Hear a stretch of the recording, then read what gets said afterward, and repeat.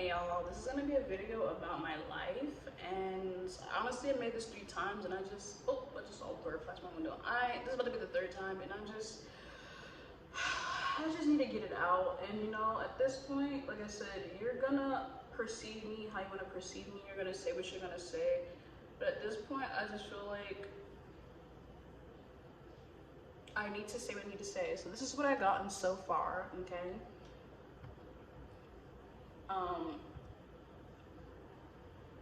Sorry, I have to show TikTok out because I'm doing a TikTok, but I just feel like I just need to get it out of my chest. I don't know if you can see my little kid. Oh, you can. Let me show you my kid. Yeah, look at him. This is my little kid, y'all. But sorry, let me get the camera right again. But I just need to get it out because I just feel like me holding it in isn't anything. And like, since March is the new year and not January 1st is the new year, I might as well just let it out for the new year, y'all. And you know, just get it out. So like I said, this is 1:21 on the timer, you know, 1:31 on my clock on my other phone, y'all. This is basically about my life. So I was born November 13th, 1997. I am a Scorpio, coincidentally. And crazy thing is I was actually supposed to be like a premature baby, y'all. Literally, isn't that crazy? So yeah, I don't know. I just always find it ironic to say that, to think that I was supposed to be an Aquarius baby. And this is not to offend Aquariuses, but I truly do not like Aquariuses, y'all. I have yet to meet one that's actually a genuine good person. Like, seriously. And I know you're like, oh, Megan Thee Stallion. I mean, who knows if what they're saying about her is true or not, but like, that ain't no genuine person, you know. Another issue, another one I had, a guy I was dealing with the situation shit. His name is Charles. His actual name is Drelden. His name is Drelden Charles in the Jet, y'all. And he likes to go by Charles or Sosa. 2, 3, 4 times I say that. Isn't that crazy? And it's ironic too. He's from North Carolina too. He's from Durham, North Carolina, and I lived in Hillsborough. Isn't that ironic? Anyways, so yeah, this is about my life. So yeah, I was a premature baby, y'all. And crazy thing is that, you know, I have no recollections of my birth mom, you know, because I truly think I was raised by my aunt, and I truly think that she did it on purpose. I only have memories of my sperm donor. And crazy thing is like, to this day, when I was younger and I told my aunt about it, she tried to convince me that I was like making it up and I'm just being really, really imaginative. But I truly remember, I remember what these memories were. So I'm gonna tell y'all these memories because, you know, maybe one day when I get famous, which one day I will eventually, you know, why do I keep getting these little fluff? I will be famous one day, y'all. Okay, it's gonna happen soon. But sorry, y'all. This piece of fluff. There we go. So, anyways, as I was saying, y'all, I have these 2 memories of my sperm donor. You know, one of them is me eating blueberry muffins at his dining room table, which to this day my aunt tells me that never happened. It never happened, which I remember it happened. Like, I remember literally sitting at the little bar table type thingy, what I want to call it, and I remember sitting on those chairs that you could spin around in, and it had a little bar at the bottom where you put your feet at, and he put me on there, and he was eating blueberry muffins, and they're about the size of this, y'all, okay? And she told me that it never happened, but I remember it.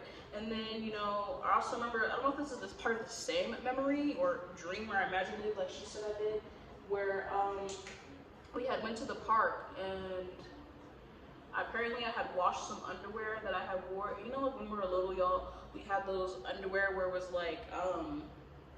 Monday, Tuesday, Wednesday, Thursday, Friday, Saturday, Sunday, you know, the little panties for the little girls and stuff. I remember washing my underwear, and he was just like, "Oh, now I gotta take this." And I remember the underwear being in a gray permission break, y'all. 515 was gonna say this, y'all. I remember the underwear being in a gray, like grayish black, you know, bag where you like get alcohol or like food from like the corner store, y'all. And mind you, I was born in New York, so this is all happening in New York, okay? And like I said, she tried to convince me that it never happened. Oh, so I was like, what song was I playing? And I remember, like I said, I remember it. Like, I truly remember it. And she's like, yeah, it never happened. So those are the only two memories. And then my other memory I have of my sperm donor is me graduating 2nd grade and me wearing a white dress and me sitting on, I don't know if it's the hood of his car or my uncle's car at the time. Because like I said, I lived with my aunt and uncle because obviously, like I said, my father, his sister is my aunt. So,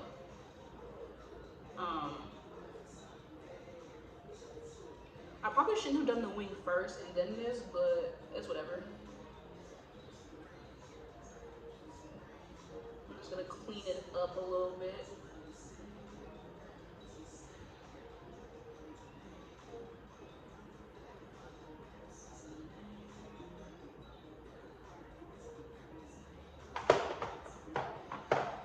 Look how it looks. I'm just gonna pat in the concealer so that it won't be like creasing. Then I'm gonna put some stuff in the center. Look at that, actually it's doing really good, y'all. I'm trying to be more creative with my makeup, you know. I think I'm gonna actually deepen the brown a little bit. I'm gonna use this color called Palms.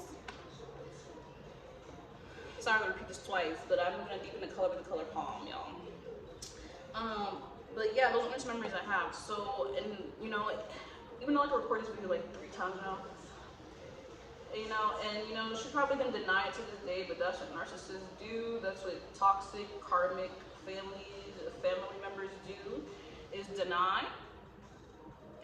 But I think she aided in my mother dying. Because like I said, I have literally no recollection of my mother whatsoever. Like, I literally don't have her holding me. I don't have her smiling. I don't know what her voice sounds like. I mean, I don't know what my sperm donor's voice sounds like, but I still have pictures. Like, I still have a memory of him. Like, I don't have one at all for my mom. Which is crazy and ironic, y'all. Which, I don't know. Like, I find that really crazy, like, how I have no memory of her whatsoever. And I don't know, maybe because of trauma, you know, or maybe I'm blocking myself from it, who knows, but I really have no memory of her. And so yeah, I think that she aided in my killing of my mother. And if she didn't physically do it, she allowed it to happen. Because I truly think that my aunt was jealous of my mom. Like, hearing stories of me, like when I went to go see my other side of my family, my mom's side of the family, when I was in the military, and hearing how she would like talk about, you know, my dad, well, sperm donor, my dad, and her, like, she just seemed irritated, jealous, like my mom had a light that she didn't have, and she was jealous of it. And like, I don't know, it's just, like I said, I always just felt shady towards it. Like, I always felt like she had something to do with my mom dying. Like, I do, and I know I can't prove it, but I would just always think that, you know. Sorry, my cat kind of scared me. Yeah, I would just always think that, and I know it's bad to say, but I just will, like, I don't know. But yeah, so this is all happening in New York. Then I moved to New Jersey, you know, because like I said, my sperm donor, you know, he was like, oh, I can't take care. Well, this is what she told me. He's like, oh, I can't take care of you. You remind me of your mom so much. And I'm just like, obviously I'm a little kid, so I will never know. But like growing up, I'm just like, damn, that kind of sucks, you know. But you know, it is what it is. So I'm deepening this wing. Kind of don't want it to be too white. But yeah, y'all, so that's basically, but I remember from like my early stages, y'all, which is basically like 1 to 2, 3-ish. Yeah, I don't really remember it that much literally younger at all. Like I said, trauma has a weird way of making us forget. And like I said, at this point, March is coming up, that's the new year, so I might as well just get rid of my trauma. You know, I might as well just let it out. Like, and honestly, to this video, me talking about my trauma is gonna be different because I don't ever talk about my issues, ever. Like, I just talk to it about myself. I don't let people see it, I don't want the world to see it, but I just feel like there's someone who's going through the exact same thing like me or has been through like this will have someone that I can talk to, you know, and feel safe and secure to talk to it about, you know. So I might as well. Sorry, I gotta fix my wing.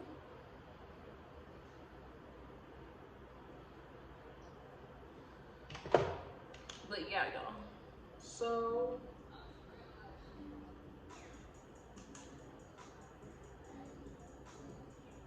and the crazy thing about it, I have a biological brother too, y'all. Sorry, I forgot all about that man. 111 on the 10% saying this, y'all. 141. Oh my god. His name is Tyreek. We don't have the same father. We have the same mother, but not the same father. His last name is Lord. My last name is Satterfield because obviously, like I said, my mom married my sperm donor, so she has his last name. So I'm gonna actually darken the brown. So I'm actually gonna darken the brown with the color palm that I showed right now. Sorry, like I said, I have to talk to TikTok too. But it was crazy. When I was younger, I really wanted to be like famous and like just be me. Like, now my kid left. So yeah, like even though I'm not TikTok famous like how they are now, you know, or YouTube famous, I feel like I'm famous in a sense because people do be looking at my stuff. So that's all that matters, in my opinion.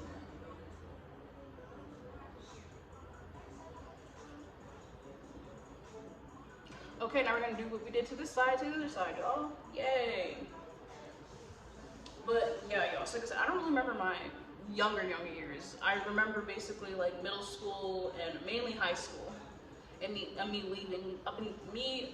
leaving high school to go to the military. So yeah, I can't really tell you that much about those younger years, but I do endure trauma. Okay, so excuse me, but yeah, so we moved from New York to New Jersey, from New Jersey. So we live in Hackensack, New Jersey, or Patterson, New Jersey. I think it was Hackensack, New Jersey. And we went to a Catholic school. I think it was called Sewell or Sewell. Or maybe that was in Chapel Hill. I don't know, but I remember we went to a Catholic school, y'all. So, which is crazy though, because even though we were Baptist, you know, or what you call it, like I went to a Catholic school. It was crazy because when I went to the military, I went to Catholic sermons. Isn't that crazy? Now, I don't believe in religion. I mean, I never really did believe in religion, but it honestly got me time to be away from the drill instructors and like pretend to care about the Lord in a sense. Because honestly, growing up, I never believed in that man. Like, I'm so sorry, you know, ancestors and to the ones who believe in religion. I never believed in religion ever, and I just feel like it was a brainwashing tool, and clearly it is. Clearly it is.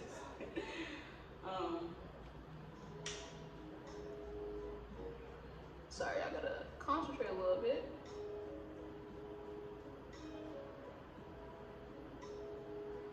But yeah, y'all. So after that, we moved to North Carolina, and then we moved to Chapel Hill, North Carolina. And let me tell you, this is a trigger warning. Okay, please understand from where I'm coming from. If you've never lived in North Carolina, you will never.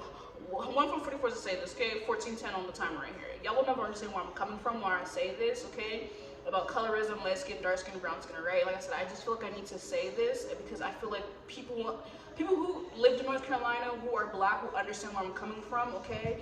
And like I said, I am not a colorist, so please, I am not a colorist, but let me just tell you how I felt growing up, okay? Because growing up, like I said, so I have many siblings I have. So I have Erica, which apparently is my uncle's like daughter. Then I have Quinette, which is apparently my uncle's daughter too. Then I have Quentin, you know, Quincy, me, Zaire, and Kiara, okay? I'm the middle child, unfortunately. Yeah, it's always the middle child. We always get fucked over always get fucked over more in life than anyone else. Besides the eldest too. But mainly the middle child, we always get fucked over the most. I don't know why. I feel like that's like a syndrome. Like we need to figure out in the Matrix or something, you know? But like I said, I was the only one who was light skinned. Like I said, I hate calling myself fucking light skinned, but for the purpose of this video, the purpose of you understanding my thoughts and traumas and how I feel at that time frame, okay? Like I said, because I have passed that, okay? I was the only one that was light skinned. Everyone else was brown skin or dark. Everyone else was actually brown skin. I think the only one that was actually the darkest was my little brother Zaire. He was the only one darker than everybody else, but everyone else was brown skin, okay? And growing up, I hated being light skinned because like I got treated like shit by other black people who were lighter than me or even darker than me while I was in middle school and high school, and I was just understood. And I always used to be like, well, because they hate because I'm light skinned.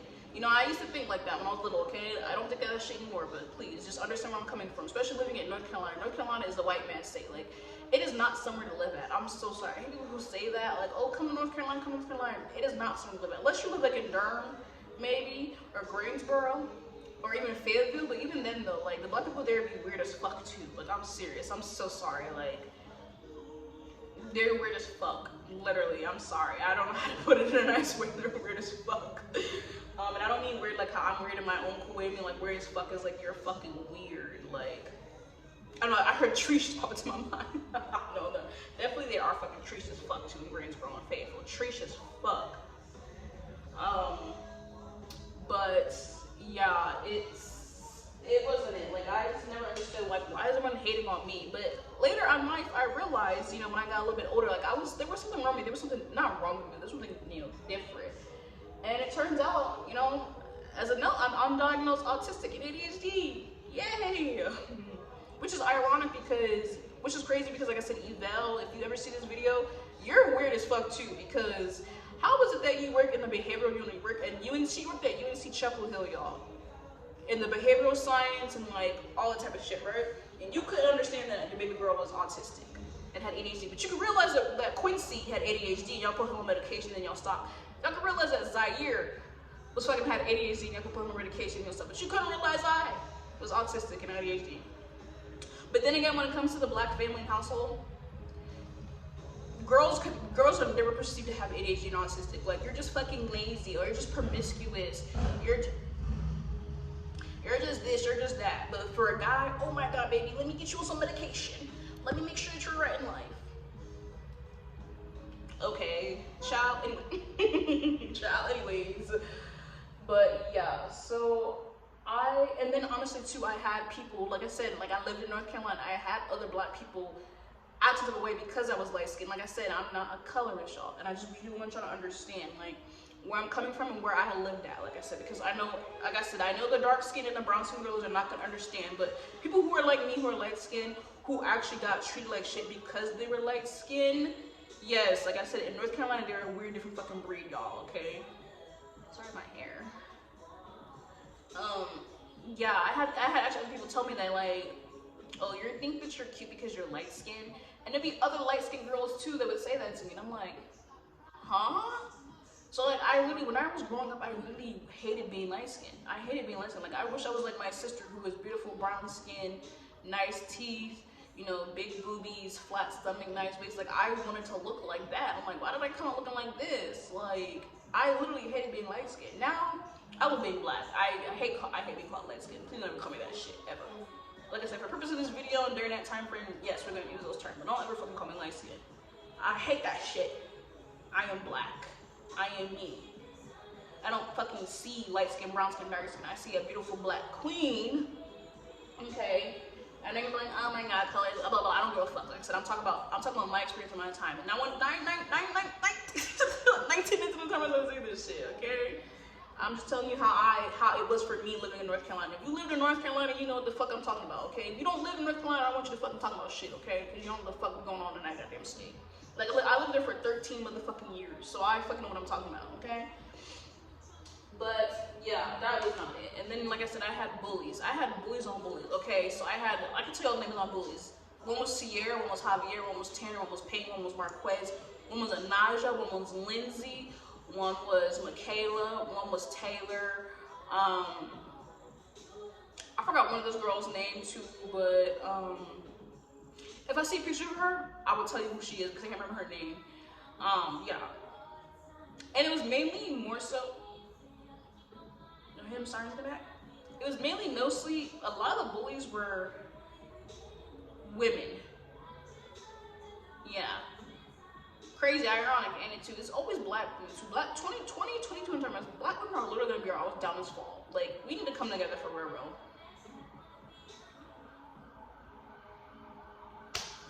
2032 is y'all already know my signs. It's the sirens, the honking, the beeping, and when I'm outside it's the wind blowing really, really fast.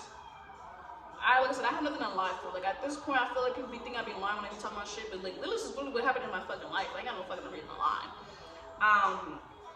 And then, you know, I got bullied because of like this one guy. His name was Tanner. He was a white guy. He was Canadian. I don't even know why I liked him, to be honest.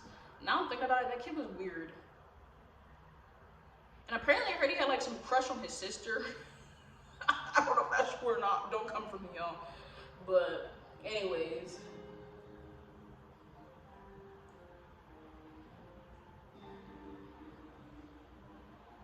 Is it just me, but I don't kind of like SZA that much anymore. She kind of gives me, I don't know, not saying anything, but she really needs help. I'm sorry. I'm sorry, that's so mean. I don't know, it's just the way that she presents herself in these songs, like, she really do need help. Like, she needs therapy a lot. I'm sorry, I said it. But I still love you, girl. You're pretty as hell, and I'm glad of your accomplishments in life, you know. Keep going, wish you many, many more. Yeah, sorry, I just had to say that, because sometimes I'll be listening to SZA songs, I'm like, girl, what the hell is wrong with you?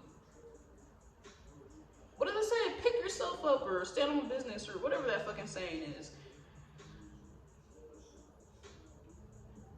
No, but yeah, and then so I got bullied because I had a gap. I had bullied because at the time I had a perm, and I had like, you know, my hair was long, and for, you know, back then in North Carolina, if you had long hair as a black girl, you had to be biracial.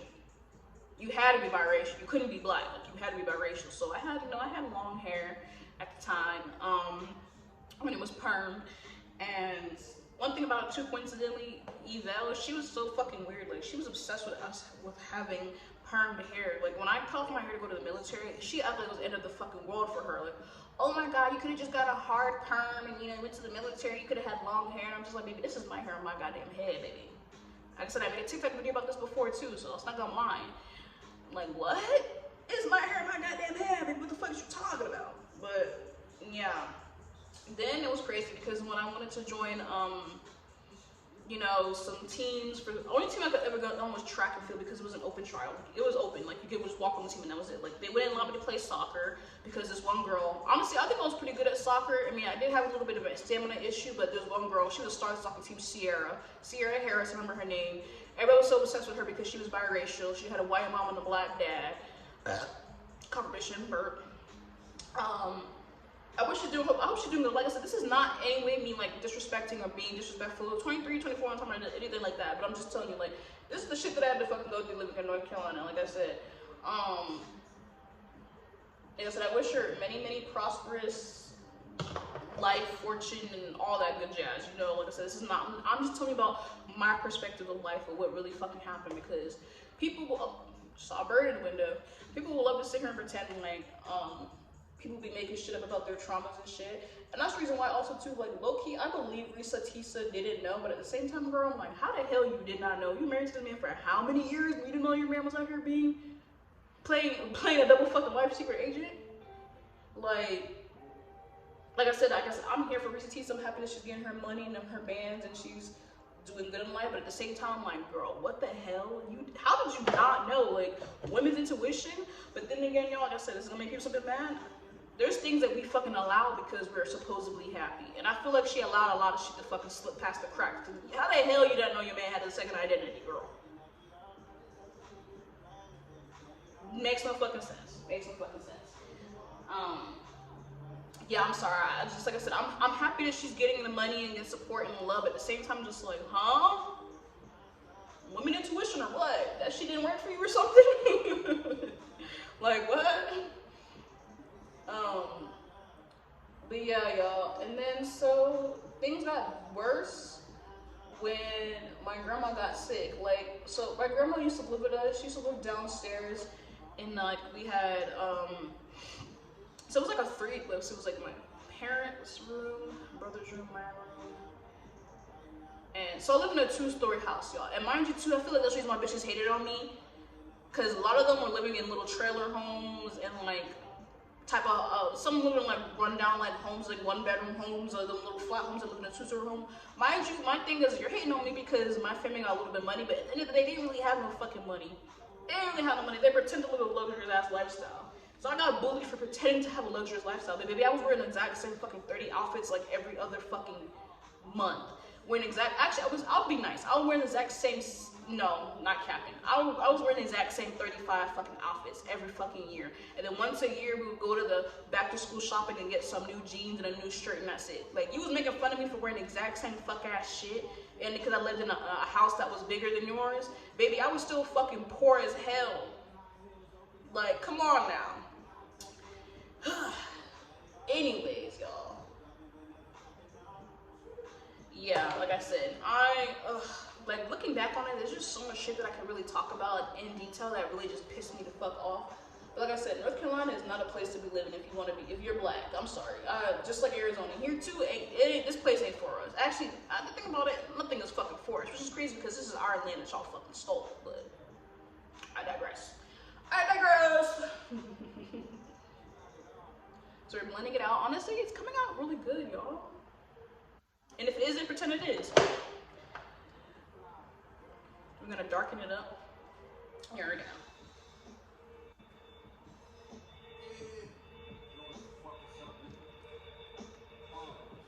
With Zelda ships and stuff. It's just me though. Y'all might probably pick me for this, but when it comes to female rap music, none of that shit would do it for me. Like, I'm sorry. I listen to Nicki Minaj, I have some Megan Thee Stallion songs, but I prefer to listen to Nicki Minaj and Ruby Rose. Megan Thee Stallion, I don't know. It's just something about her where it just doesn't click for me. Like, she's beautiful, she's talented in her own way, but her talent doesn't do it for me. You know, I like Nicki Minaj. I like Nicki Minaj's old shit. I only got like about 10 songs from Nicki Minaj on my phone anyway too. I have Ruby Rose on here. I love Ruby Rose. But when it comes to rap music, like I said, you can call me a pick me. I don't really care. But when it comes to rap music, I don't listen to that gutter trench ass shit. I'm listening to the niggas. I'm not listening to women. I'm sorry. Because I just feel like I want to listen to rap music. Like, I don't want to listen to you talking about your bundles and your coochie and, you know, color pink and I'm better than her because this and that. I don't want to listen to that. I want to listen to out here pop, pop, pop, lifting the weight, pushing the weight, getting the bitches. Like, I'm sorry, like I said, y'all can call me a pick me for that. But when it comes to rap music, I haven't found a rapper really that I'm really like, yeah, it's a Ruby Rose. It's a Ruby Rose. Like, that's one. But other than that, like, I don't listen to Lotto. She irritates my fucking soul. I'm sorry. Megan Thee Stallion, she has some hits here and there, but as a whole, like I said, she don't speak to me. Nicki Minaj, like her old shit. I'm sorry, like I said, when it comes to rap music, I just can't listen to rap girlies. I'm sorry. Mona Leo, I don't know. That girl really needs psychiatric help. I'm sorry. She is beautiful. Like I said, they're all beautiful and talented in their own way, but they don't speak to me. Honestly, when it comes to rap music, I feel like for me, my feminist side is the R&B, neo soul. When it comes to rap music, I'm a whole nigga. Maybe that's why I'm bisexual. Y'all hear the horns? But like I said, y'all can call me pick me for it. I guess I'll be a fucking pick me. I don't know what to tell y'all. But when it comes, like I said, when it comes to rap music, I don't want to hear no bitches. I'm sorry, I don't. Now when it comes to the singing wise, I'm all for the ladies. But when it comes to rap music, like I said, I just don't want to hear y'all talk about your pussy and your bundles and the color pink and I'm better than this bitch. I don't want to hear it. But basically, you know, she lived in the downstairs, you know, room, which my aunt ended up turning into a computer room so she can like go to school and study and so forth and so forth. But, you know, my grandma decided she wanted to leave. And honestly, I low-key wanted to leave with my grandma. Grandma, if you're curious, you've seen this on the ethers. Literally, my grandma was my best friend, y'all. Like, she was my best friend. Like I said, I was a middle child, so when my aunt and uncle used to, you know, hang out, do what they do, then my two older brothers, they would hang out sometimes, but then my older brother Quentin and Zaire would hang out, and then Quincy and Kiara would hang out because Quincy was gay. We all knew that man was gay. He tried to pretend like he won't, baby. We knew you were gay. He used to dress up in towels and shit, and what do you call them things? Bed sheet type shit to make them into dresses. You would wear Yvelle's fucking heels. Baby, we knew you were gay. I mean, I had no problem with it. Bitch, I'm gay too. I'm bisexual, so I had no fucking problem with it. I just wish she could be on. I mean, honestly, I will say though, I am grateful. I'm sorry, Quincy, for putting your shit out there. But I'm pretty sure people who know you and follow you know that you're gay, okay? 30 on the timer, let's say this, 2 o'clock. Like, honestly, I will say this, I do appreciate you getting the heat for being gay. I'm so sorry. I know I shouldn't be laughing, but I do because, like I said, Yvelle and Eric, people will make them seem like they're some, oh my god, amazing couple. Like, they're really this and that. And baby, no, they were literally fucking villains. Like, they used to make fun of him being gay. Like, and then they finally didn't accept him until he basically got into, like, high school, college. And they wanted to finally accept him. So I never came out as being bisexual until, like, I joined the military, and I was with my girlfriend. And then they're just like, oh, I'm so happy for you. I'm like, girl, how did you not know? I was a tomboy all my life. Like, how did I not know? Come on, Al. Context clues. I'm just kidding. Like I said, my life is honestly so funny and tragic, but at the same time, like I said, I wish I didn't live with them, but at the same time, you know, it's made me to the person I am today. So it's like 50-50. It's like 50-50. Ooh, honestly, it's coming out really nice. It's coming out really nice. You're my new only employee. Just kidding. No. Okay, so I gotta show TikTok. Look at it. I really wanted to go to the park, y'all, but it wanted to fucking rain. Ugh. I mean, I love rain, y'all, but jeez, like, really? Anyways, but, so yeah, my grandma got sick, and, you know, she didn't get sick first. Well, she was already sick, y'all, but she left. And like I said, I wanted to leave. I wanted to leave with her because, like I said, I told y'all from the jump, I did not want to be around Yvelle and Eric. Like, I hated being there. I literally, truly hated it. Like, me and my siblings are always fucking arguing and fighting. I remember one time, me and my brother Quincy, we got into it, and I called Beyonce a demonic ass bitch. I mean, I know she practiced witchcraft, so she may not be demonic, but I know she practiced witchcraft. I mean, she puts it in her songs, in her lyrics, y'all. There was one song she said, you know, wrap my legs around your neck or your head, and you make your wishes my command. That's voodoo. That's witchcraft right there, y'all. I'm sorry, I hate to tell y'all. But, yeah, I remember we got into it. I called her a demonic ass bitch. I remember one time me and my brother refought. Like, he punched me. Like, I pushed him, he pushed me, then I punched him, he punched me back, and I punched him harder. Yeah.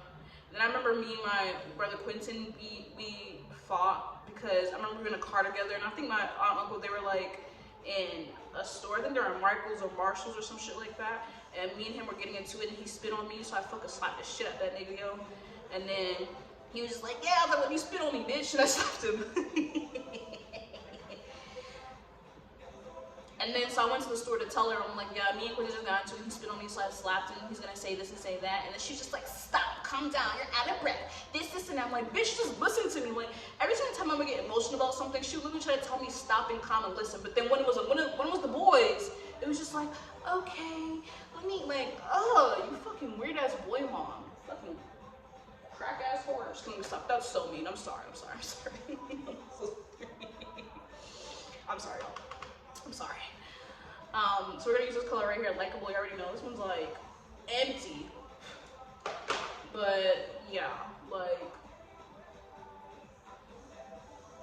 I truly just, like I said, I'm thankful for. I'm not thankful. What the fuck? I'm not thankful.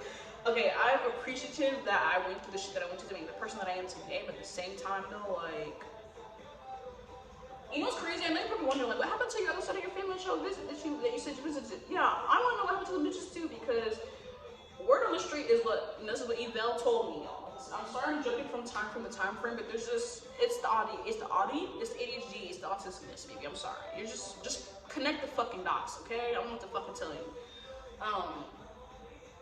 But you know, she told me that like, oh, they couldn't you know take care of you, like this and that. And which, you know, when I went to New York, when I went to the military, you know, when I was in the military, while I was in the schoolhouse, y'all, and I joined the Marines, you know, I would show you a pamphlet, but I mean, I just believe me, y'all. I went to the Marines. Okay, I got out as a sergeant in the Marines. Okay, if you don't believe me, oh well. Like I said, you could ask my uncle. They told you that I was in the Marines. I mean, I don't know. I think my uncle's in jail now. Maybe it is because he did essay me. So yeah. Hopefully that's where his ass is at. I don't know because I cut everybody off, so I couldn't tell you what happened to that man. Um, but yeah, like whole time, and it was crazy. Like I should have asked them too, but honestly, I was just kind of happy to be away from Yvelle. Like, cause when I went during the military, y'all, she's like, "Are you gonna come home for Christmas?" And I was like, "No, I'm gonna go stay home with Tyreek." And she got booty tickled, y'all. She got booty tickled. She was just like, "Oh, you're gonna be with them," and I'm just like, "Bitch, I threw you all my goddamn life. Why the fuck would I want to stay with you for Christmas?" And I don't have to. I'm a grown ass adult. Like I was legally emancipated, like I told y'all. And when I was in New York and New Jersey, right? She had, you know, custody over me in a sense, right? But at the same time, just two birds flew past my window, y'all. At the same time, though, like, at any given moment, if my fucking sperm donor dad decided to be like, yeah, I want her back, he could take me back, right? And then when I moved to North Carolina, which is crazy though, at the same time, though, I don't think she was supposed to leave the state with me. Because I technically was not, she was like a guardian, but she literally had no parental control of me. Like if if my dad came and took me, like that was it. Like she could take me and take me back to New York, New Jersey, California, Hawaii, whatever the fuck the case may be. So I personally think she's supposed to leave state lines with me, but she did anyway. So, like I said, I don't know too much about the legal system like that in detail, but I do know though, like I said, I don't want to say that song. Yeah, I don't want to say something there. No, that's not either. Sorry, it's kind of hard. There you go. Yeah, so like I said, any moment he could literally just come and get my ass. Sorry, like I said, it's just so hard to talk. Like I can't talk in a straight line. That's just impossible. Like I said, ADHD, autistic. So like I said, connect the fucking dots, y'all. Connect them. Sorry, y'all. I have like dry skin in my ear. That's from when I had like a pimple and I popped it. So here and there, just get dry skin here and there. So that's why I'm just pulling it out. Like, sorry, y'all. It used to be really, really bad, but like, see, I have dry skin. Anyways,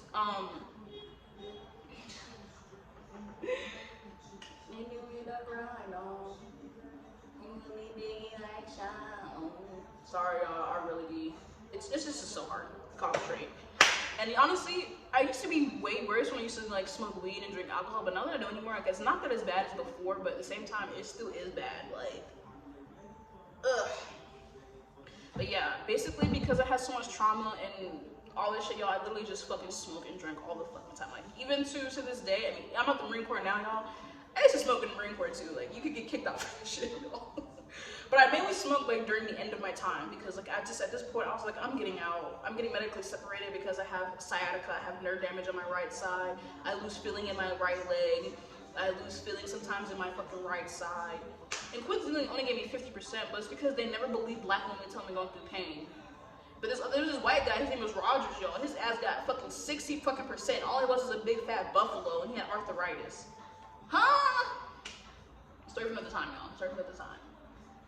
But, sorry, I showed TikTok. But, yes, y'all. So, sorry, I was talking about my grandma. I'm so sorry, y'all. I'm so sorry. But yeah, so she left, and you know, I wanted to leave, but I couldn't leave. And then so she started to get sick, and she missed my high school graduation, y'all. And that broke my heart. Because like I said, my grandma was my best friend, like truly my best fucking friend. So I'm gonna put some glitter, y'all. You already know I love glitter. I'm a glitter whore. But yeah, it just hurt me so much because I'm just like, that's my grandma, like my best friend.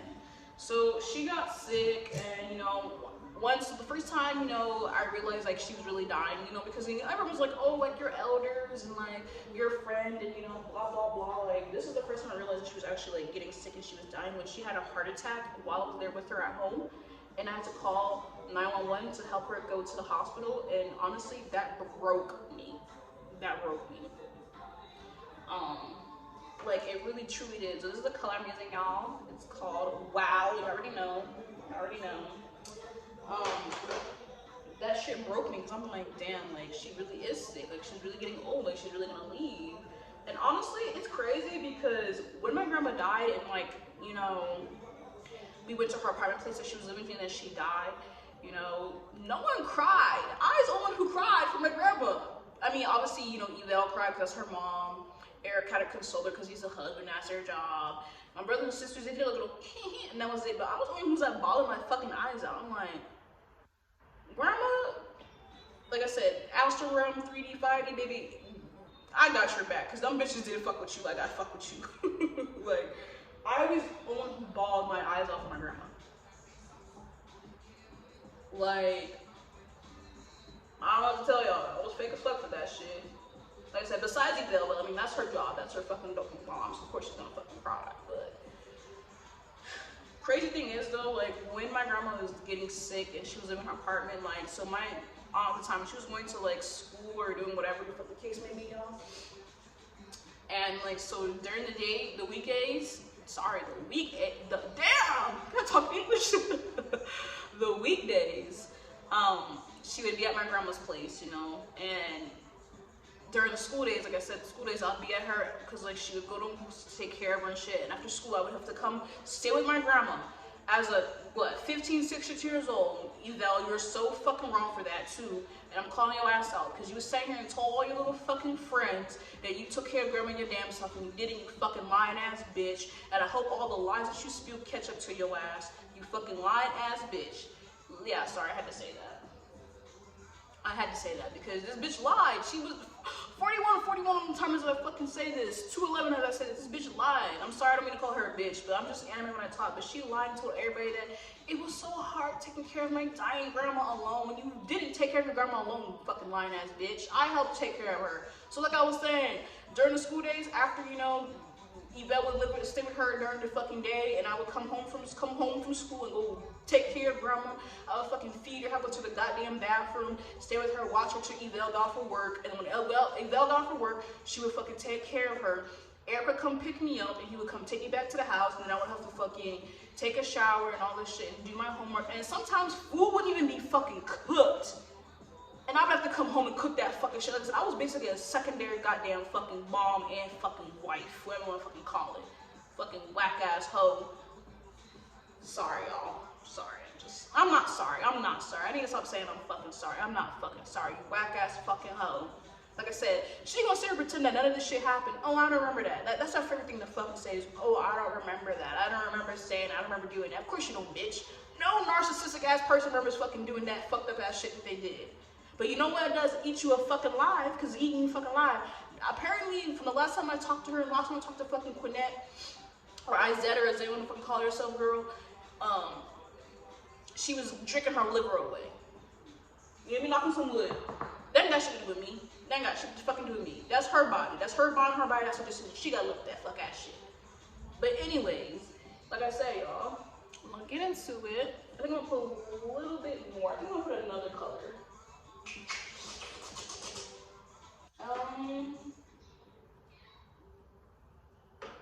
Look at my cat, y'all.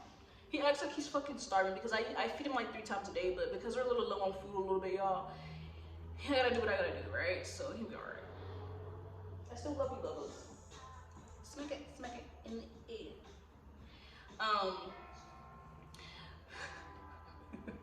This is my song.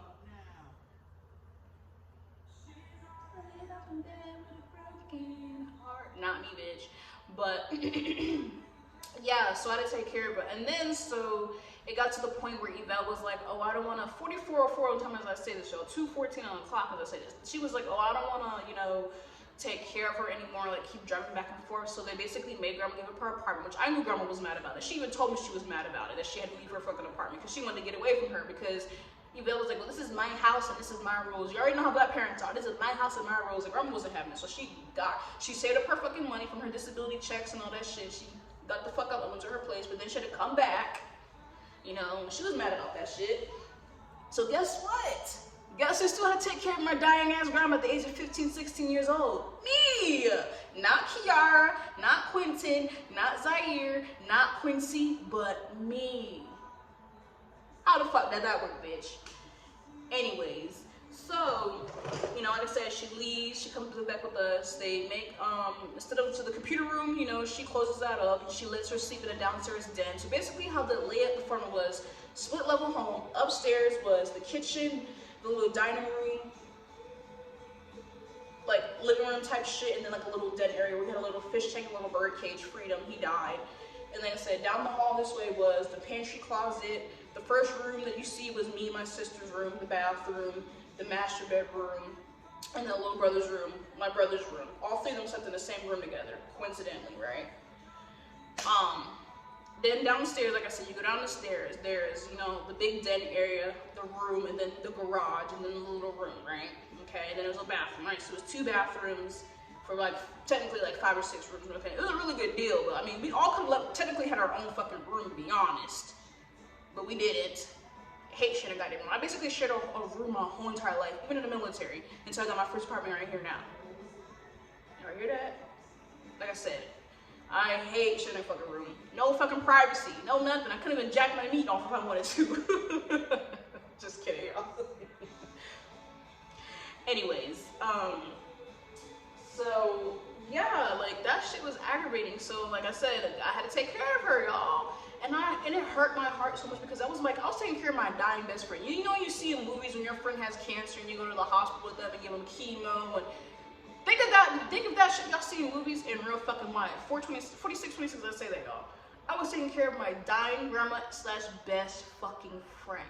And Yvelle had the nerve to sit here and tell everybody, oh my God, it's so hard taking care of my grandma, my mom, her sickness, and me going to school and going to work. So I wasn't going to school. I wasn't out here cooking and cleaning for y'all asses. And then mind you, when my grandma, so like when grandma died, right? Like I said, I had to take care of her. I had to sleep basically downstairs. I had a sleeping bag that we had when we used to live in fucking New Jersey. I had to sleep downstairs, y'all. So she was sleeping on a little air mattress. There's a couch and I had my sleeping bag and I had to sleep right beside her. I had to do my homework. I had to eat food there basically sometimes. I mean, you can go upstairs and eat too. And she gonna sit here and deny all this shit, y'all. I promise you, I got no reason to fucking lie. I said this shit before my TikTok, y'all. I have no reason to fucking lie. I had to sit here and take her ass up to the bathroom, wipe her fucking shitty ass and pissy fucking vagina. I had to sit here and cry her fucking sleep. I hear her fucking choke on her fucking blood. Fucking hear her oxygen tank going off, bitch. That's the probably reason why my insomnia started. Because I had to sit here and be half asleep every fucking waking moment. I mean, that actually gave me good conditions to be in the military, you know, sleeping on post and not supposed to be sleeping on post. I mean, shit, leading me up to it, so I mean, that was a plus, I guess, but 47, 57 of the time, I'm like, what kid should be taking care of their dying ass fucking grandma? And you think that shit's okay, bitch? Like, trifling asshole. But yeah, basically my childhood was fucking ruined, and so was my teenager because I could never go out, I could never hang out with friends, but Quincy could though, the golden child though. He could. He could. And it's crazy, after I left the military, then my little brother and sister can go hang out and do whatever they want. Like I said, this bitch kept me fucking prisoner. And like I said, I really feel like she wasn't supposed to cross state lines with me. And to this day, like I said, maybe she could, maybe she don't know the rules and the Commissioner Berg, I don't know the rules and all this shit, but I felt like, bitch, you really kept me fucking prisoner. Prisoner! Prisoner! I mean, I'm already introvert anyway, and I don't like people, so I mean, it wasn't that bad, but at least I wanted to go out and have some fun sometimes. I couldn't. I fucking couldn't. Like, ridiculous. But yeah, you know, on top of the beatings we used to get, like I said, we used to get beat, so we had a baseball bat, a wooden baseball bat. Sorry. We had a wooden baseball bat with our fucking names on it. She made us write our names in fucking Sharpie. My name was on it, Quincy's name is on it, Quincy's name is on it, Zaire's name is on it, Kiara's name is on it. I think Quinette's name was on that too. Yeah, she made her right name on it. Then she had a metal baseball bat too. So we got beat with a metal bat and a wooden bat. We got hit with spoons and branches and twigs.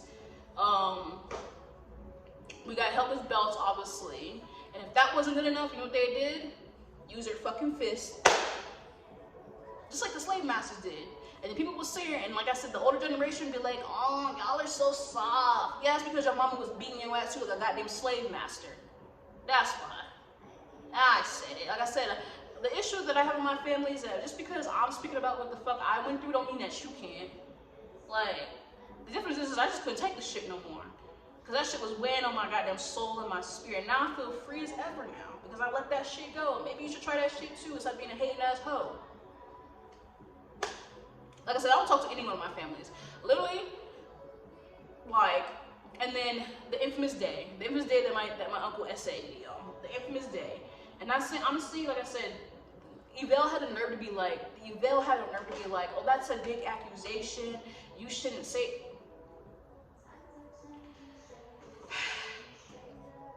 Like, the more and more that I hear her say that, oh, that's a big accusation, you shouldn't say that, the more and more that I don't know, like, it makes me just want to pick up something and smack her in the fucking head with this shit. Like, I'm sorry, like, I'm not a violent person. Maybe I am.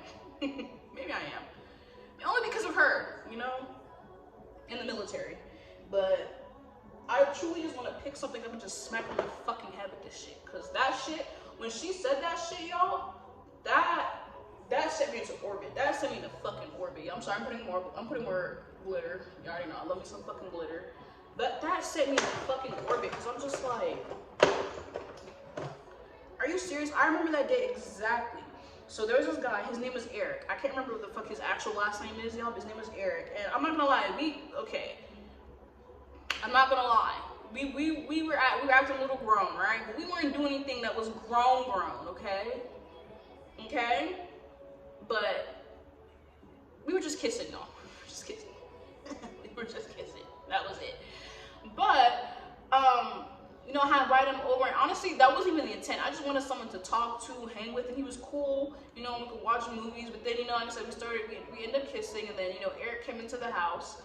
And he called, and, you know, I didn't hear the phone ring the first time, right? And so he called again, and I answered, and he was like, oh, is Quincy at the home? And I was just, no.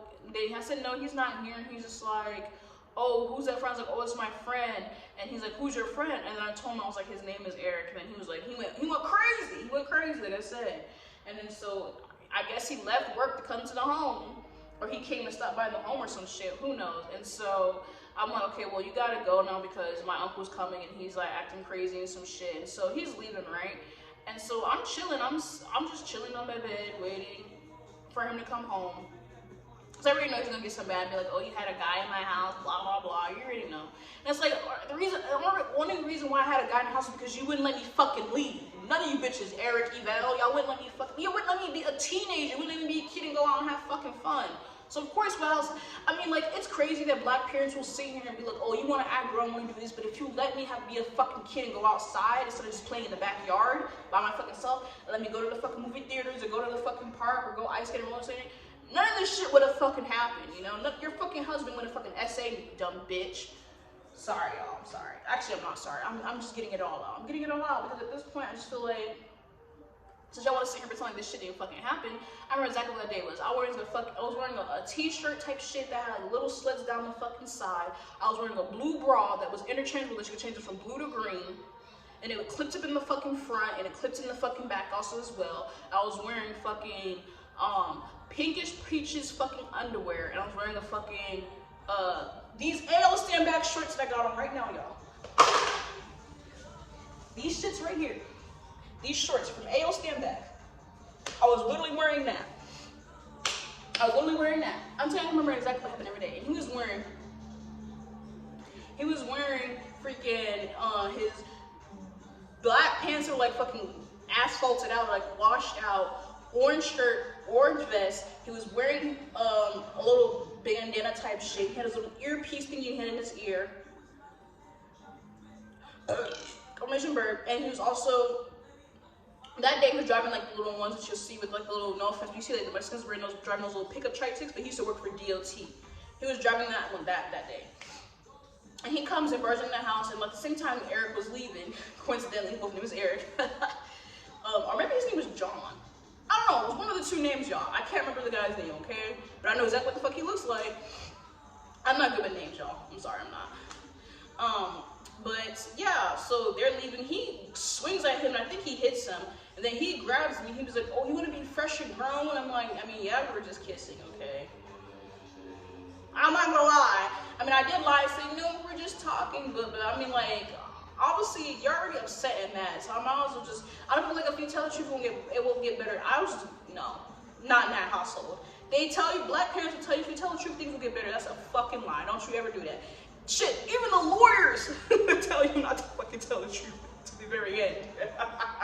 I mean, come on now, y'all. Come on now. But, I mean, yeah, and so, literally, he throws me on the bed. He throws me on the bed, on the edge of the bed, and he pulls out my fucking pants and my underwear, and he pulls out his fucking dick. Yeah. And he goes like, if I put it inside you right now, what the fuck are you gonna do? You wanna be fast and grown? I'm telling you, I remember every single thing that man said, word for word, bar for bar. And I'm just like, no, please don't, please don't. He's like, oh, you wanna be fucking grown? And then he's literally rubbing his fucking tip on my butt. Yes, I remember exactly, Evel. Since you wanna think that's a fucking lie, you don't think it's a fucking lie.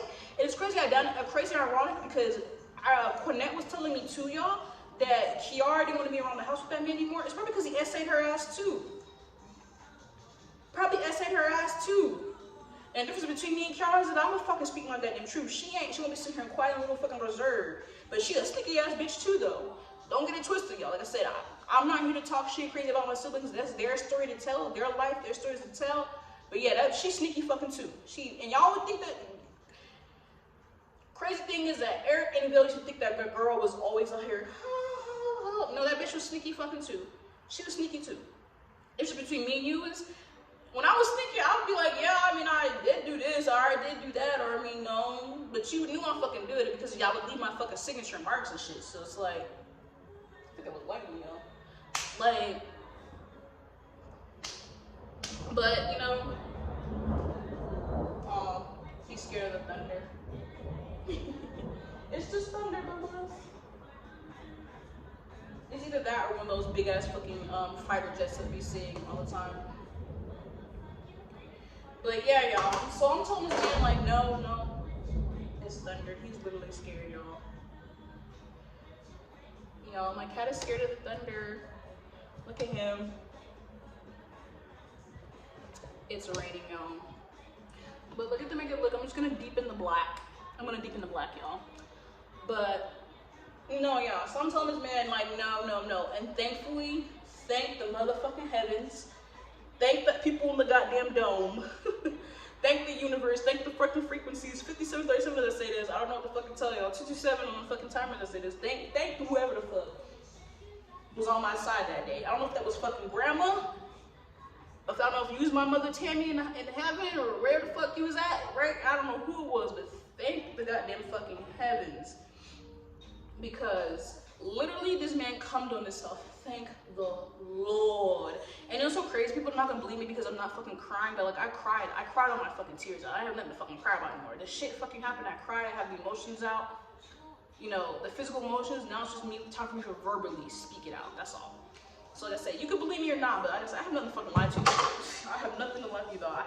I have nothing to gain from you telling my life, you know. But he literally come to himself and I'm like, thank the Lord.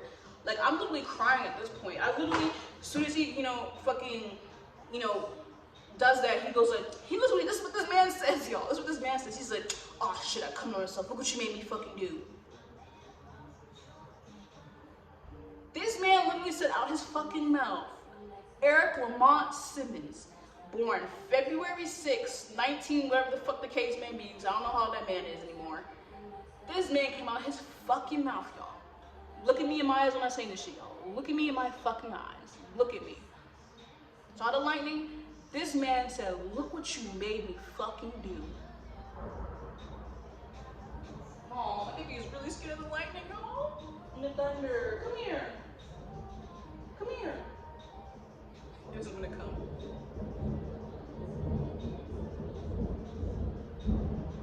Oh. He's gonna go hide in the bathroom because it's dark and he can't see anything. There's no windows in there, y'all. But yeah, he said that out of his mouth, y'all. And honestly, in my head, like, I know maybe this reason why This is personal probably. It's a TMI. It's probably the reason why I'm addicted to sex. But obviously I'm celebrating y'all, so. But you know, it's crazy because you know how many other people I know that are like in my family who's got sexually assaulted by their family members and keep it under the rug? Black people love to do that. Keep shit under the fucking rug.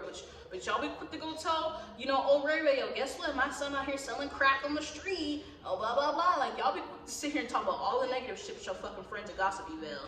Cause she love to talk shit about us, like, oh my kid was doing this, I had to beat their ass real quick. But as soon as we had accomplishments, Commissioner Bird, she ain't saying shit. Or she'll only talk about Quincy's accomplishments. She won't talk about my accomplishments. Or Kiara's, Zaires, even fucking Quincy. She will never talk about our goddamn accomplishments. Quincy's, oh hell massa. Oh hell massa. Literally. Oh my god. But yeah, y'all. So I'm fucking pulling my shit up and fucking crying. He's like, don't you ever fucking do that shit again. This and that. If you this and that and crazy. And the only thing I remember out of the whole entire conversation, and this is the reason why, and this is what I put in the group chat too when I cut them off. 1-on-1 on the timer. 2:32 as I say this show. Sorry on my neck. He was just like, he's like, don't you ever tell nobody about this. That's literally what he said. That's literally what he said, y'all. So, you know what I did? I let that shit eat me up inside. Just for the sake of his little fucking emotional happiness and his fucking goddamn peace. I didn't say shit. And it was crazy, a lot of people, you know, when it comes to like victims of SA and domestic violence, we don't ever say shit because we don't want our lives to be an upheaval. But then I'm thinking about, like I said, when I just couldn't take it anymore. I think what I couldn't take it anymore is when she came to my house, when they both came to my house. You know? And mind you, I mean, I still ain't got shit in here, y'all, but that's because I don't want to live here anymore in Arizona, so. At the same time, though, I didn't want nobody to come over, so. Except for that one bitch, Nancy, but that's a different time for a different story. You know, I don't have any furniture in here, so in my bed, but like I said, I like to sit on the floor. Like, I like to sit on the floor, like to eat on the floor, do my makeup on the floor, and I don't want nobody over here, so of course I have no furniture. But anyways, when I get my new place, y'all, I'm gonna get furniture. Y'all still not coming. Y'all still not coming over. Y'all still not coming over. I don't fucking want nobody over this bitch. But, so yeah, she's like, well, now that you have your own place, so Quincy got his place, Quincy got his own place, Quinette got her own place, now you got your own place, we're gonna come visit. And mind you, Quincy's had his place longer than everybody. He got chairs, furniture, table, bed, this and that. Me and Quinette, we basically just kind of got our place recently, and we don't got shit. So in my head, I'm like, really, bitch? Really? You wanna come when I ain't got no fucking shit in my house yet? At least if you won't come, you could at least bought me a goddamn bed. You could have at least bought me a goddamn dining room table or some shit. Like, anyways, but yeah, she came over here. And so me and her getting into it, I told her that you basically were never there for me. You only cared about Quincy. You never helped. And she was like, oh, I'm so sorry. Like, I'm gonna help and be better. And so I tried to get Eric to come outside with me to talk to him. Because I was gonna tell him, like, hey, you tell her what happened that night, or I tell her what happened that night. But she, I don't know if it was in the universe. I don't know if it was her. I don't know if it was him. I don't know what the case may have been. But that night, she was like, no, you want to leave with him. And like, it's crazy though, because Quinette told me that she was telling people in the family that me and him had some love affair. Because when I was doing the military, y'all, when I came and visit home many times, and that bitch never came. And her excuse was, oh, I'm an essential worker. Bitch, I was in the military, so was I. But yeah, I had some time to find someone to come see your asses. Y'all ungrateful asses. Well, crazy. When I left, and it's crazy, no matter of fact, the black sheep of the family and the chosen one and the star seed, but anytime a middle child or the eldest daughter, the eldest son who takes care of everything leaves, the whole fucking house crashes. Because apparently after when I left, shit went to fucking shits. And when I aired that bitch out in the group chat what the fuck he did to me and how I hated everyone in the goddamn family, or I didn't trust anybody, I didn't care for anybody, and all this shit, everything went to fucking shit. I was the glue holding that family that together. The same one who got treated like shit. Who told y'all didn't want to be there. Well, y'all made fun of it, and y'all picked on it, y'all said this, and y'all said that, and you called me fucking weird, and you called me stupid, and you called me fucking ugly. I fucking ironic, ain't it? Ain't it? Ain't it? But, yeah, so, that night, I couldn't get him outside to talk. But you know what I did? A couple days, a week later, after they left, I let that shit in the group chat. I put that that shit in the group chat. I pre-wrote everything down in the notes, and I still got the notes in my phone, y'all. I still got the notes in my phone. Let me show y'all.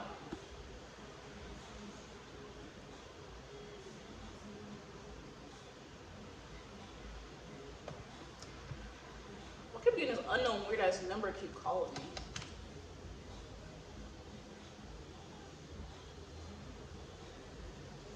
Y'all see the lightning, y'all? Yep. I still got the message. I'm gonna tell you what it said. It says, "Dear family, I have decided to tell you how I feel about you and all about you damn." I'm sorry. I'm sorry. Dear family, I have decided to tell you how I feel about all of you and how you affected my life, starting with my siblings. I feel like all of you are very good people, but at the really same time, you are really shitty people at the same time, because not one of you, as Quincy, Kiara, Zaire, Quinette, even Quinette, has asked how I've been in the military. And yes, you can say, well, you chose to join when all. Actually, I did not choose to join. I did it because our mother decided that I had 5 months to stay in the house and go to college or get a job when school and jobs were getting hard. Okay? That is all I have to say about my siblings. No, mom and dad I hate. What? Sorry, I wrote this really in. I was high as fuck when I wrote this shit. So mind you, it ain't proper English. So simmer down. But I wrote, that is all I have to say about my siblings. No, mom and dad, I hate to say this, but yes, you guys are parents, but you guys said that parenting because how is that you, Yvelle, deal with kids and literally go through so much family trauma and abuse, and yet you couldn't sit in your own kids, sit your own kids, or matter of fact, concede in me. The fact also that you tried to live your life through me instead of letting me be a kid and live my life. Also the fact you sit here and say you don't remember the stuff that you did to me, but I do, and try to make me seem like I'm crazy and tell me that I need to go seek help, and maybe I do need to go seek help. At the same time, you need to go seek help. I told that bitch too, you need to go seek help, and seek help too, bitch, because you do. I mean, she did be going to therapy, but I mean, like, she need real help. Like, them little therapists, no disrespect, y'all ain't doing shit for her. You was not doing shit for her. So I say, you seek help. I mean, deep down, and look at the stuff that you did to us. I know that you only taught us how your mother taught you, but she should have been better, and say that. And I say that because I've dealt with kids that went through the stuff, went through that stuff just for you to do it to us, do it onto us. Father, I'm not gonna say it, but I know. Look, this is the part where cousin would come to the group chat. This is what had them in a tizzy. Everything else that I said about them, they didn't give a fuck about. But as soon as I said about Eric, this is what I said. Sorry, I said, also, Father, I'm not going to say it, but I know that you know what I'm talking about, and I hope you know what you did was wrong, and I hope you live with that the rest of your life, because I will, and you know exactly what I'm talking about, and I'm going to leave it at that. Like I said, he knows exactly what the fuck I'm talking about, the day that you essayed me. May 13th, 2017. Right before I went to the goddamn, the military. Yeah. Like I said, I got another fucking high. This is the message that I left in the group chat. Okay? I said I've come to say that you guys done me so wrong and taught me so wrong that I let the outside world do me wrong at the same time. I would like to thank you because it shows me that even though people are your family or friends, they claim they still do you dirty in the name of love. Or I didn't know. I also like to say that if you think that I don't know you is probably, wait, sorry. Like I said, I wrote this while I was high, y'all, so bear with me. I also like to say, if you think that I don't know you, don't like you, it's probably because I do. I don't like you. I will always love you because, yes, we are family, but I will never like you, and we probably will never agree, and that's fine with me. But I just want to let you guys know this is how I feel about y'all, and this is what I've been keeping aside. There's a lot more to say, but there are things that are easily manageable, and it's more important to me that I let you guys know that if I cut you off and don't want to talk to y'all, I'll ever know why, which I'm pretty sure you know why. Once you read this text, once you read this, don't text my phone trying to call it because you had yours too. Like I said, this is it right here. And I wrote this shit August 24th, 2022 at 12:12 p.m. Like I said, they all got that shit in the group chat. So whenever I become famous and blah, blah, blah, or wealthy or well-known, like I said, don't hit my goddamn phone up, ask like, what happened, baby? We hurt you. Y'all hear them sirens in the back? Like I said,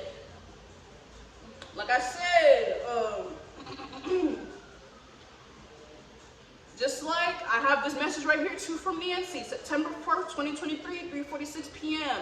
And you made my life a living goddamn hell at work because I didn't want to be your friend anymore, you fake ass, weird ass bitch. Literally. Now I hear them signs, like I said, I ain't got nothing to fucking lie. Those are my signs. Sirens, honking, car horns when I'm outside, the goddamn wind be blowing fast. I got nothing to fucking lie to y'all about. I don't. There's no reason to fucking lie. 12:40 p.m. as I say this. 1110 on the timer as I say this, y'all. Completion bird. I got a lie. I got a lie. So if they sit here trying to pretend like none of this shit that I'm saying is true or none of this shit, baby, you're fucking weird. You're fucking weird. But that eye makeup is done. Even though I spent like 60 million years on that, y'all, I'm sorry. Like I said, the ADHD and autistic, I can't do two things at once. Can't do two things at once. But yeah, y'all, like I said, the shit that I went through, right? And so let me tell you, I joined the military, y'all. Worst decision. If you come from a broken home, you come from no love, no support, don't join the goddamn military. Especially in this day, we got 8 genocides going on, baby. Don't join no goddamn military. If you're already in the military, hey, it is what it is. But don't join no goddamn military. Don't do it. I promise you right now, if you don't got no support at home, or if you're not willing to be open and make friends, or get your heart broken and used and abused by people in the military, don't fucking do it. Because I promise you, it's something about being in the military that attracts the goddamn evil ass spirits and entities, the so-called friends and lovers, you know, all around. Because let me tell you, so I joined the military, right? June 5th, 2017. Okay? I was supposed to actually leave in May. Coincidentally, I was supposed to leave in May before I got SA, but I didn't pass the IST, like the first pre-one, you know, to run a little half-mile shit. Because I wasn't in shape, and so I went to the gym prior, you know, after that to get into shape to run, and I beat the time. I beat the time. So yeah, that should have been my first time not to fucking do it because I couldn't even beat the first time. But I had to leave. I had to leave North Carolina. I had to leave that home. I had to leave everybody behind, and that was the only way. And you know what's crazy? I was gonna go to the job corps. I was, but I just didn't. I joined the military instead. Why not? If I'm gonna join the military, I might as well just do something that is gonna benefit me in the long run, even if it's fucking traumatic, which it was. It was fucking traumatic. There was good times, promise you. There were good times. I'm not gonna sit here and catch y'all. There were good times, but as a whole, that shit was fucking traumatic. 10 out of 10, do not fucking recommend. Actually, I would say 10-5, would recommend, but not recommend. Viewer discretion advised. I'm sorry, y'all.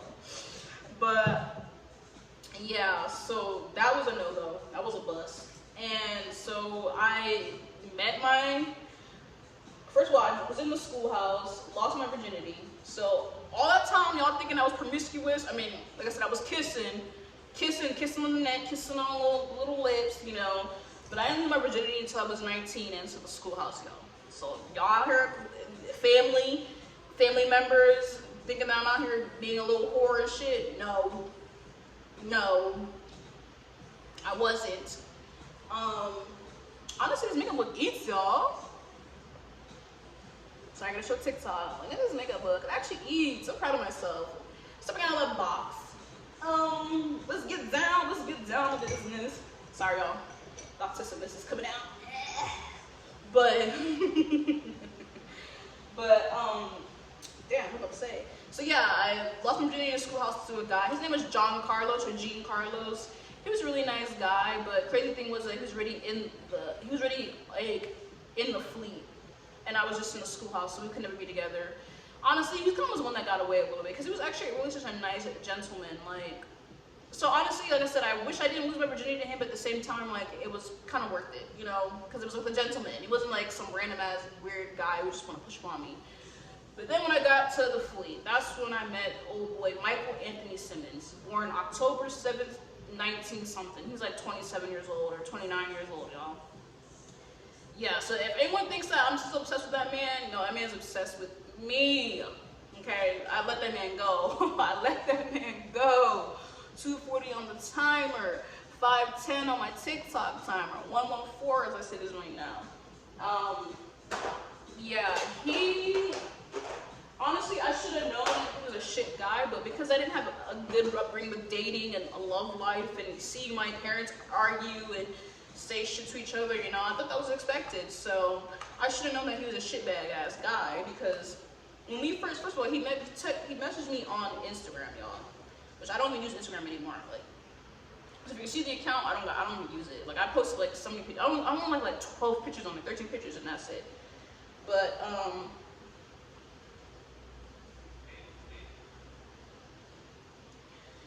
yeah, so we met on Instagram. Now at the time I was wearing my natural hair and it was like brown. I think I still have the picture on Snapchat, y'all. That he messaged you, that I put it on Instagram, right? And so, like I said, I should have known this man was literally a worthless piece of shit and he just wanted someone to be his mom. Because the whole entire relationship, y'all, the reason why I have so much credit card debt is because of him. Because I paid for everything. Mind you, when I met him, I was a PFC, becoming a Lance Corporal. And he was ready a Lance Corporal. And I was paying for everything.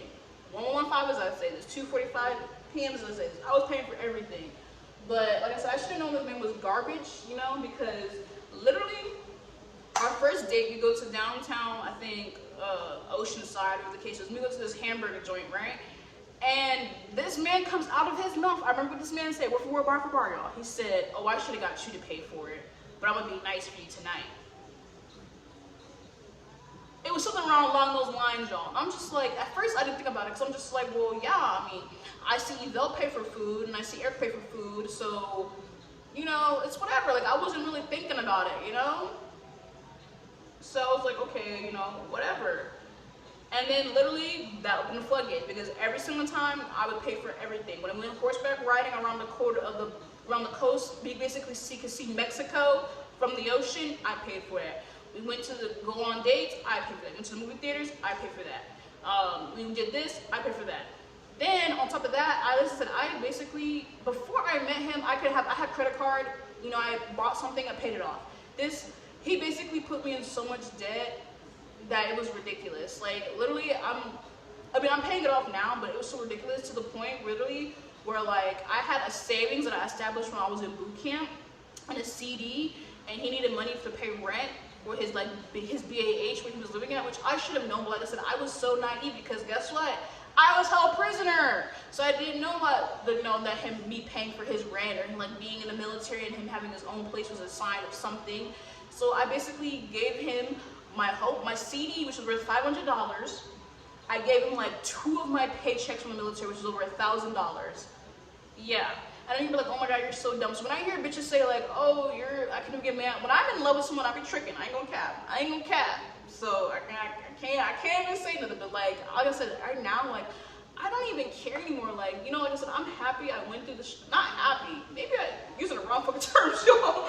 I'm not happy, but you know, I went through the fuck what I went through. You know, it is what it is. But you know, it helped me, you know, get to where I needed to be in life and see what type of love I deserve, because that was bad. On top of that, yeah, this man was abusive, and I should have called, you know, fucking the cops on him, because I remember exactly what the day I was wearing. I was wearing a yellow dress that he used to call it like mustard. On top of that man never called me beautiful, attractive, or gorgeous, or nothing, ever. That should have been a red flag right here too, y'all. But like I said, I didn't know, because being held fucking prisoner, y'all. And mind you, I'm sorry, this video is like an hour long, but I'm sorry, y'all be listening to other top creators make hour-long videos, 2-hour-long videos, so y'all gonna listen to me.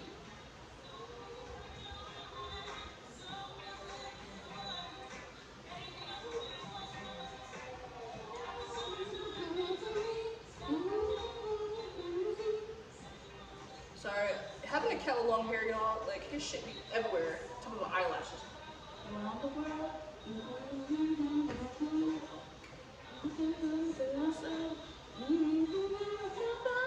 Sorry, y'all.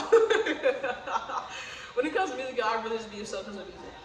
But, y'all, so exactly, I don't remember the exact day, y'all, but I remember exactly what I was wearing. I was wearing a yellow dress that he called mustard. It kind of looked like a little collar shirt. It was yellow and it was kind of short. And I had a car at the time that he made me get. Well, he didn't make me get, but I got it because he's just like, you're always running late doing your makeup and this and that. You know, he was just mad that I was actually prettier than him. Like, And honestly, Dominican men are abusive. Dominican, black, Italian men are abusive. Like I said, he just wanted a fucking mommy. He wanted, like, instead of him making men's with his goddamn mom, he made me basically his mom. Like, but yeah, so he was upset. So I get in the car, and like he used to drive the car for me because honestly, I hate driving. I hate driving, y'all. But so yeah, y'all already know this is the foundation I've been using. 20N. Sorry, y'all. Me.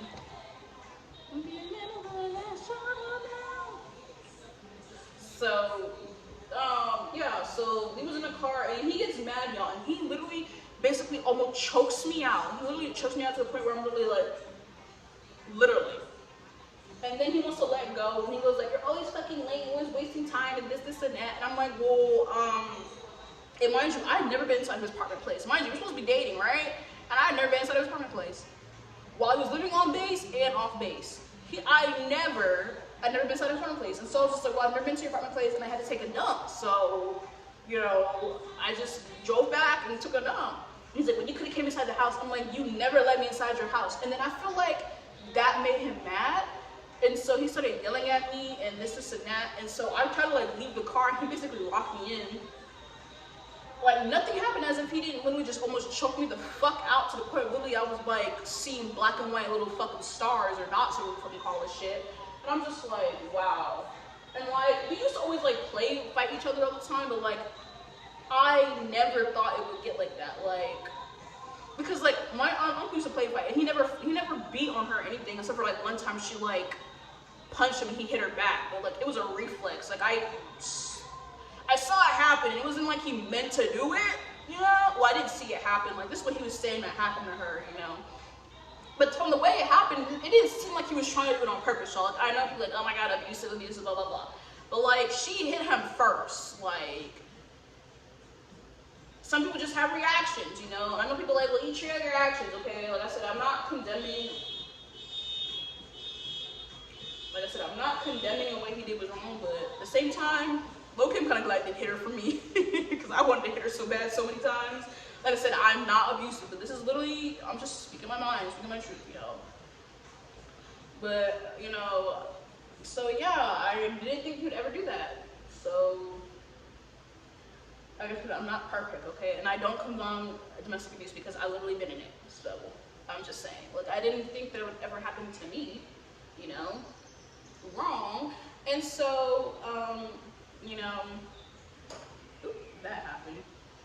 And so after that, y'all, we start driving, and I don't even know where we were going to be honest. That's the crazy part. And so he was like, are you hungry? And I'm like, I'm not hungry anymore. And so we're like driving. Like the whole entire time I'm just sitting in the car quiet because I'm just like, this man really put his hands on me. And honestly, I was literally feeling like, you know, like Sheila or like Angela in what do you call it again? Tyler Perry, how she like, how Marcus like grabbed her and choked her, how she like got up, and then when like Jill Scott grabbed the bottle, like beat Mike in the head with it or hit Mike in the head with it, like I was just contemplating, I'm like, okay, do I just hop out the car and leave, or do I just start fighting, or like what? Because like at that point I'm just like, all right, he really put his hands on me, like what do I want to do? Because I'm just like, at the end of the day, this is my car, but he's in the driver's seat, so it's not like I could just kick him out. Because he was a bigger dude than me, y'all. He was a bigger dude than me, so it wasn't like I was gonna be just like kick him out the car. So I'm just like, okay, what are my options? So I'm sitting there, I'm just quiet, and then he starts yelling at me, saying some shit, and I don't know what he's saying. And that's when I lost. I just started fucking hitting him. And he's like, oh, you're trying to kill us on the road. And at that point, I was ready to go. Like if I died in that car, if we crashed and we died, it is what it is. But I was like, I need to get the fuck away from this bitch. And so he pulls over to like a little area and he starts literally beating me. Like he literally, like my right side of my face, like if ever noticed, like this side of my face is fucked up because he hit me here, he hit me inside my ear, he hit me, I had like a lump on my head, hit me on my fucking head. Yeah. And then so he never apologized. And me being stupid, dumb in love, thinking that was be the way to be a toxic relationship, domestic abuse, you know, he never apologized, and I literally accepted that he never apologized until one day, you know, I was just like, well, you never apologized. Like, actually, when I left, you know, the military and all this shit, you know, and we're talking, I'm just like, you always are like fucking calling and texting me just randomly, and shit. You know, I know, like, how could you have people's number? Because, like I said, I'm a very forgiving person. Like, I'm very nice, and I feel like that's the reason people fuck me over a lot, and I get myself fucked over a lot because I'm, like I said, I'm just a really nice, forgiving person, and I don't need to be anymore, which I'm not. Like, obviously, if it's granted, if you truly didn't mean to, then, you know, it is what it is, but other than that, like I said, I'm not really a nice, forgiving person anymore. But, yeah, and then, so there was that. Then, you know, I was with Smith. Well, her name is like Alex. Her name is like Alexandra Smith, but she goes by Alex because she's lesbians. So, you know, her name was Smith, and she was crazy because she basically was already in a marriage with this girl, and then it's crazy because I didn't break up no happy home, y'all. Okay, like I said, we were really good friends, y'all. We were really good friends, and then we tried to date, and it just wasn't it. Well, first she had another girl, and then I don't know if this girl was jealous of me or what, I don't know, okay?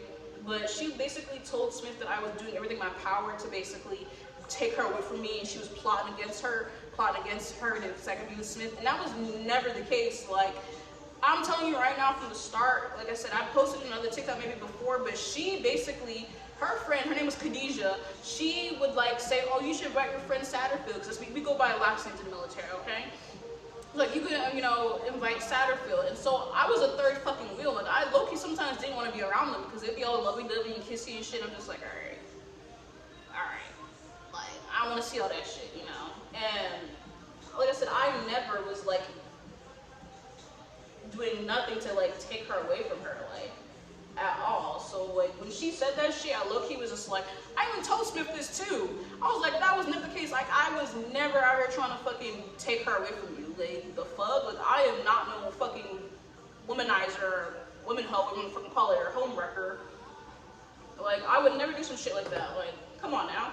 And I'm like, and you know me, I would never do some shit like that. Like, come on. Like, I literally, like, I didn't start getting feelings for her until like, probably like later, like right after her and her Khadijah broke up. So I'm like, girl, what? And during that time frame, y'all, I was messing with this one guy. Ugh.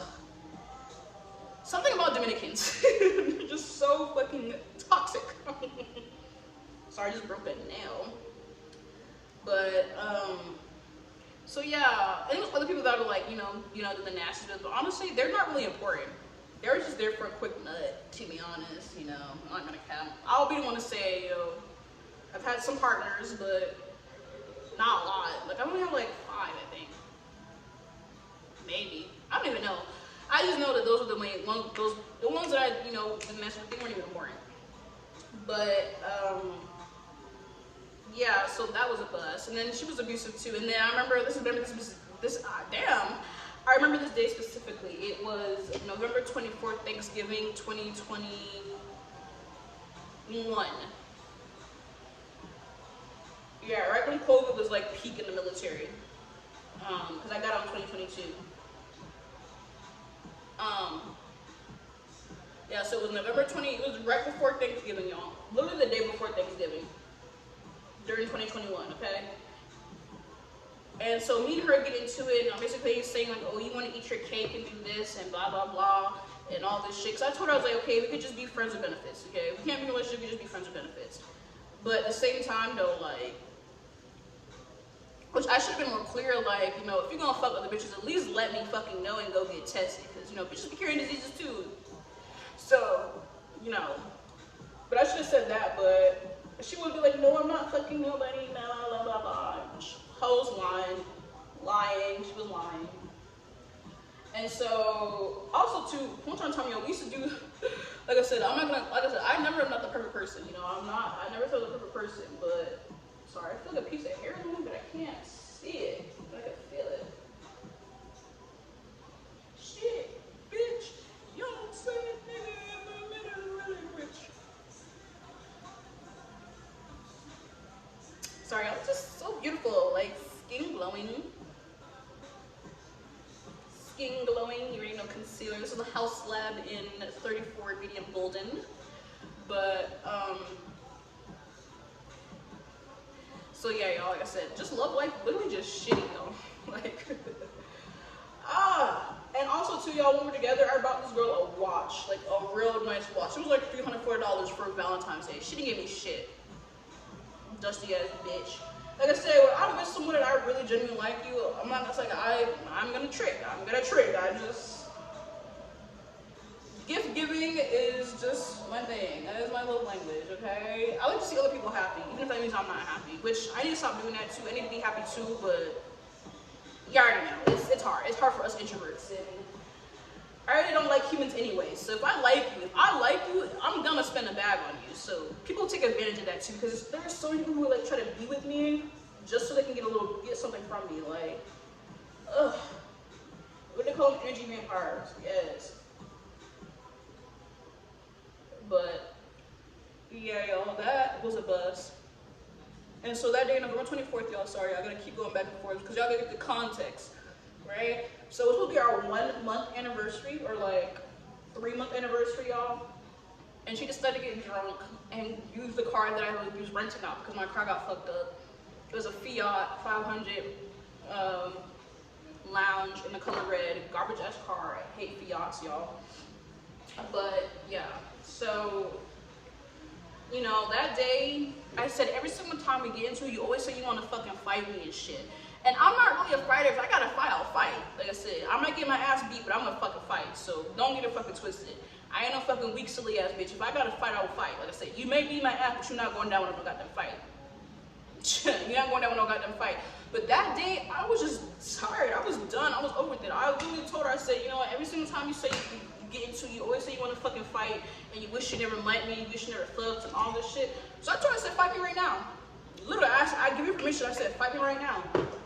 And I didn't fight back. And she's just like, no, I'm not gonna fight you. I said, no, fight me right now. I said, because every single time you get into it, you always gonna sit here and say, fight me. Like, I wanna fight you, this, and that. So I'm like, fight me. Like, go ahead, I'm giving you permission to do it. And she was just like, you sure? And I'm like, yeah. And so she started fighting me, and I didn't fight back. I literally did not fight back. Because at that point, like, you're a narcissist ass bitch. I'm not gonna fight you back. Like, just go ahead and get what you want. You wanna fight so bad. You feel like we're equal competitive position to fight. Because like I said, I'm bisexual, so in her eyes, I'm not trying to be mean, but a lot of lesbians think of that. Because someone is bisexual, you know, and you like men and women, oh, you're equal competition to fight. So like I said, fight me. So we fought. Wow, we didn't really fight. I let her beat me up. So after that, right, she got her little punches in, right? And I'm on the ground, laying on the ground. And this is how I know this bitch is a fucking sucker ass bitch. Like, she is such a sucker ass bitch because I get up, right? I'm like, well, you happy now? And then she punches me in my eye. I'm like, girl, you already beat me up on her ground. You already sit here and punched me. You already fucking kicked me. So you wait till I get up to hit me in my fucking eye. Bitch, you fucking weak ass hoe. You weak ass hoe. Like, literally. Sorry, I'm gonna show you the powder that I'm using. Duh. It's supposed to be like a story time like I'm telling, but it's whatever. You hear that? You fucked up. You fucked up. All you motherfucking ass people I'm talking about, you all fucked up, but you already know. You already know. This is the banana and ananas of Beverly Hills. But y'all, my cat's hair is about to drive me fucking insane because I can literally feel it. I don't love, literally perfect. For all my exes, situationships, fuck buddies, partners, I don't know what I'm gonna call it, I don't love you no more. Just saying / tired by internet. I love the internet. Oh my god, I love the internet. And Sid's voice is just so chef's kiss. But anyways, yeah, so yeah, that happened. Like I said, so she punched me in my fucking eye, and I'm like, and it's so crazy. There's this one girl named Murray. She was literally lesbian too, and she pissed me the fuck off because she was in love with this girl named Ransom. And honestly, Ransom did not want to be with you. She was one of those girls who like, whoever like gave her attention and love and this she would be with. And this is not to hate on you, Ransom, please, but like she really was not down for the girls. She really was not. But me and fucking Murray got into it because I'm just like, I basically was trying to tell, leave that bitch alone. It's crazy though because Eason, he was really my male best friend, literally the whole entire world, but we're not even cool no more. Because he's playing both sides of being an awful fucking Padilla. Mind you, my bullies and enemies too in the Marine Corps was Almonte, Tate, fucking Gonzo, Jaleesis, Vella, Shaz Williams, Jenalisa, who else? That was basically it. Everybody else, so they didn't really like have beef with me, but they would just be basically pick me's and follow the leader, you know. Especially Tate's ass, like, can't stand that bitch. Sorry. But anyways, you know, everybody had beef with me, and I honestly, like, it's crazy though, because every single day I would tell people, like, I don't be doing shit to fucking nobody. I would literally just go to my room, listen to music, and watch anime, and party and drink by myself. Like, why the fuck you hate me? Like, I didn't do shit to none of you fucking weird ass bitches. Like, it's always women too that fucking hate me, and I don't be doing shit to nobody, y'all. Like, literally, I don't be playing both sides. I don't be spreading rumors and doing that shit. Like, it was so fucking weird, y'all. On top of that, I got essayed by this one white guy. I didn't talk about it because at the same time, though, yeah, I kind of did want to, but then, like, he was just being weird about it, and then, so, yeah. I got essayed by him, then I got essayed by this one guy. His name was Maskell. Yeah. I even told him, I was like, don't, I said, like, don't get me wrong, we're both for drinking, but he tried to make it seem like I wanted it, and I'm like, dude, I was literally wasted. I didn't, so. And then I even told him about it. I was just like, you're acting some way and you're saying all this shit about me, but didn't you essay me? He's just like, oh, well, Quill, chill. Don't tell my girl that. Fucking weirdo. And he's from North Carolina too. Like I said, it's all about North Carolina ass people. Y'all are fucking weird. Y'all are fucking weird. Like, I don't know what it is. Y'all are fucking weird, but anyways. So yeah, then, you know, I started talking to this one guy. He was Dominican. His name is Christopher Mateo. I, low-key, after Smith, I need to start doing background checks on people. So, with my job, I had the access, you know, I could do background checks on people. So I did. And, you know, like I said, we were doing the nasties, you know, I'm not gonna cap, you know. Dick was good, not gonna lie. But, you know, he was just a little too good to be true, y'all. You know, like when you meet someone, it's just like, you're hiding something. Yeah, he was hiding something. He had a whole girl. And then so when I asked him about it, he was just like, oh no, like we're not together, like this, like I don't even know what you're talking about, I'm not married. Whole entire time when you when you go, like I said, I was in a Marine, so when you look into their fucking, you know, my pay screen, you know, McTiff's, bitch, it says you were married. Like, why are you lying? Why are you lying? So yeah, he was married, and so when I confronted about it, you know, he was like, no, I'm not married. And then so my dumb ass still was, like I said, the dick was good, y'all. The dick was good. So I was still going back and get something. Like I said, I'm not perfect. I'm not gonna sit here and pretend that I'm an innocent little bystander. Not this song.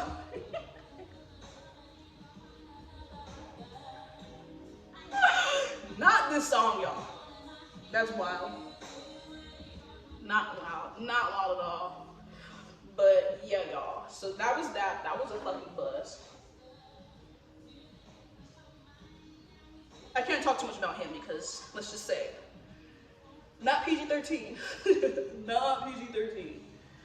I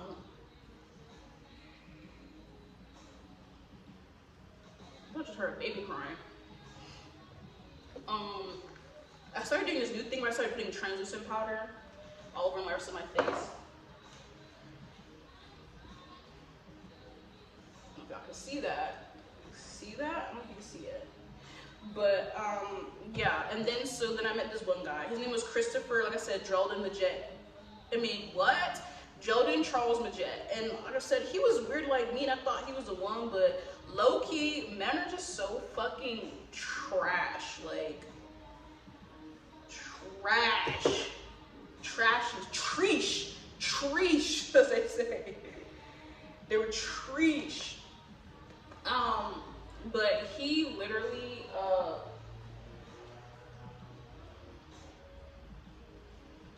I thought he was the one, y'all. Like, crazy, we both lived in the same state. Well, we used to live in the same state. Well, he didn't like anime, but we both love cats. I love anime. He loves music. We love music, you know. But whole entire time, this man was just a fuck nigga, you know. And he literally made a bet bet with his friends. This is how I tell you, guys are just so fucking He made a bet with his friends to basically sleep with someone on New Year's or before New Year's or like during New Year's.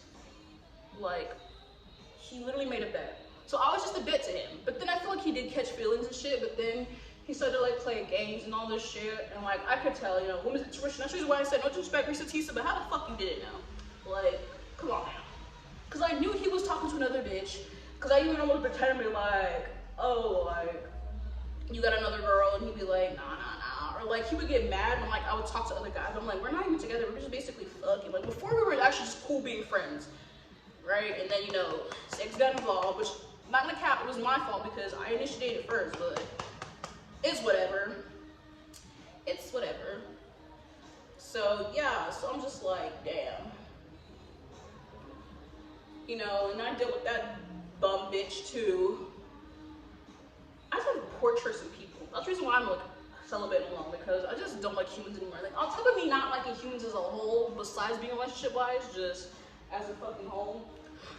My cat drinks water weird like that. He likes to drink it like shit, not like the fucking little nozzle type shit thingy. It's weird. But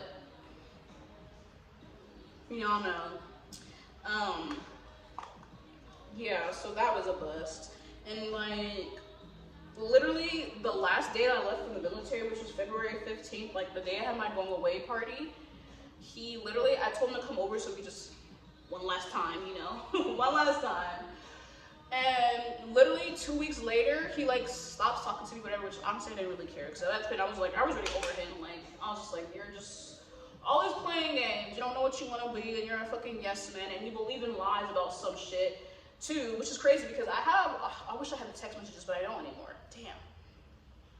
But I had text messages of this guy like saying like, oh, like I used to know you, blah blah, which till this day I still don't know what his text messages is. It was on Instagram. I deleted the messages, y'all, but I had pictures on my phone, but I got rid of them because, you know, honestly, they may still be in my Google Clouds. Yeah, they still are actually, because I remember seeing them.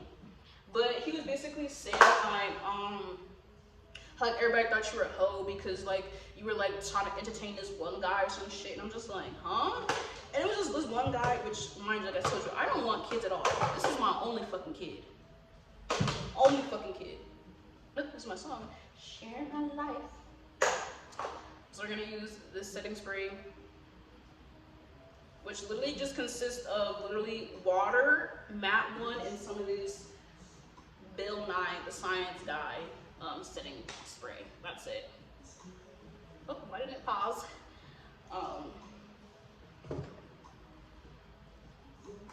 Sometimes I gotta, the nozzle, one thing I hate about these pumps, the nozzle sucks. Share my life. Sorry, I have to like pump it because it's so garbage. Ugh. There's literally liquid in here, y'all, but it won't pump. If I get the majority of my face, it's alright. I don't really care if I don't, but look at the makeup. I wish y'all could see it. It just looks so good. And honestly, I really don't care if you see my dark marks. I don't really care. They're part of my skin, so it's whatever. But yeah, so, you know, one last time. And then, like I said, 2 weeks later, y'all, this man comes out with he posted a video on his Snapchat of him and his girlfriend. And I'm just like, you could have just been honest, dude. Like, literally, could have just been honest. Hey, handsome. Say hi.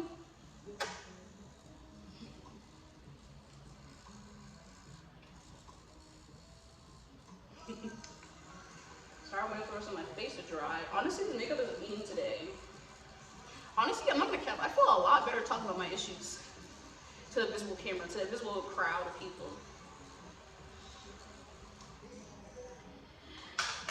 So now we're gonna do blush, because one thing about me, I love glitter and I love blush. Like, when I die, you know, which I hope it's not anytime soon, knock on wood, but I hope when y'all do actually, I wanna be cremated, so never mind. I don't wanna be buried. Well, I mean, maybe for like the showing, you know, you'll see my body just in a little casket type thingy, you know, forever, and then cremate me. I don't know. Maybe I just want to get cremated from the jump. I don't know, but yeah. Sometimes he calls me mom, and sometimes he just says, "I love you." He wants food, but we don't have that much food left for you to eat, but so you can't have any right now. Shit. I know. But we're gonna use, I don't know if I should use purple. I think I'm gonna use orange. We're gonna use eyeshadow, y'all.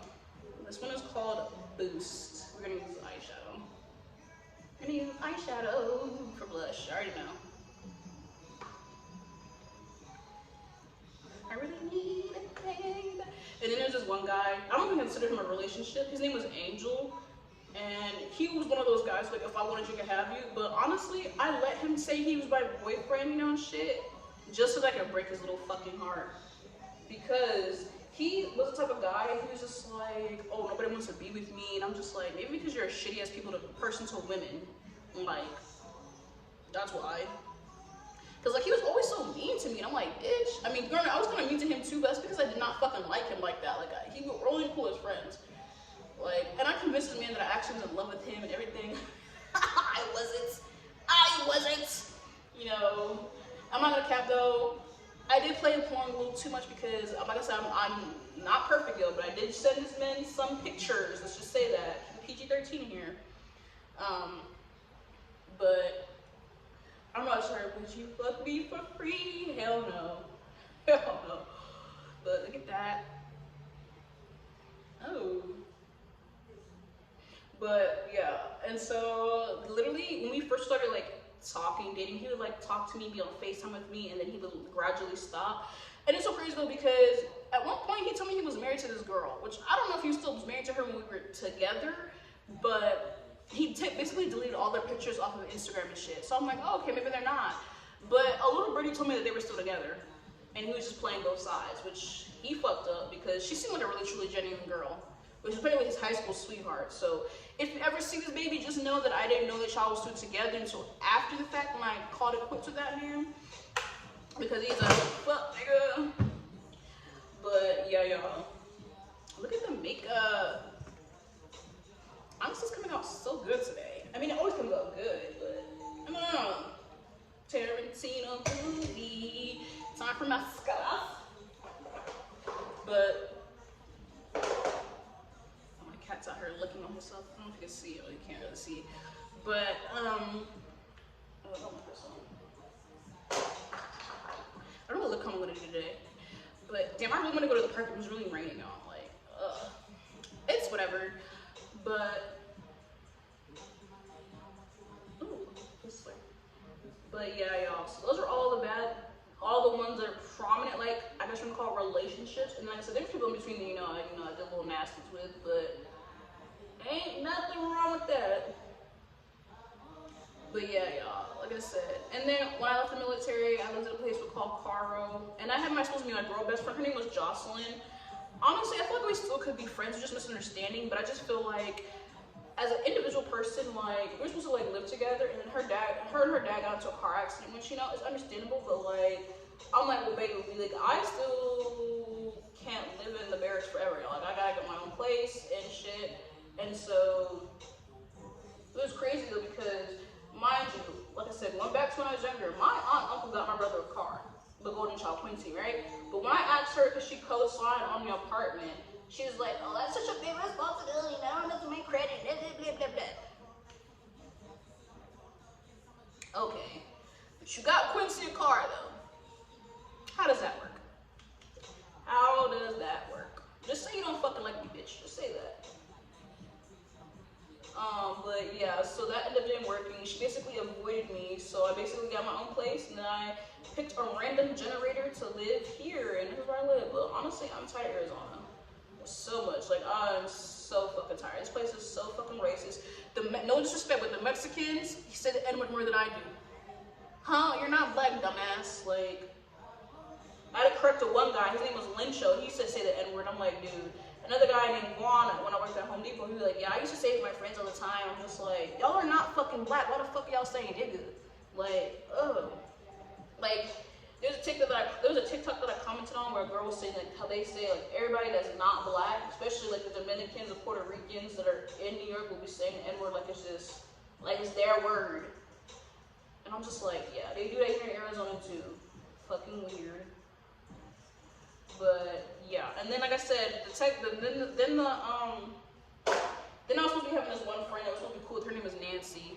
Fucking weird ass bitch. On top of that, her and Yanitzi used to be cool, but then they stopped being cool. But then I feel like when me and Nancy started again, they started to be fucking like this and being some undercover ass shit behind my back. Because, Grant, let me tell you, since this is on YouTube, I can talk about it on YouTube and not TikTok. But guess what? They literally out here 3:20 p.m. as I say this, 1:50 as I say this, all day, nigga. Sorry.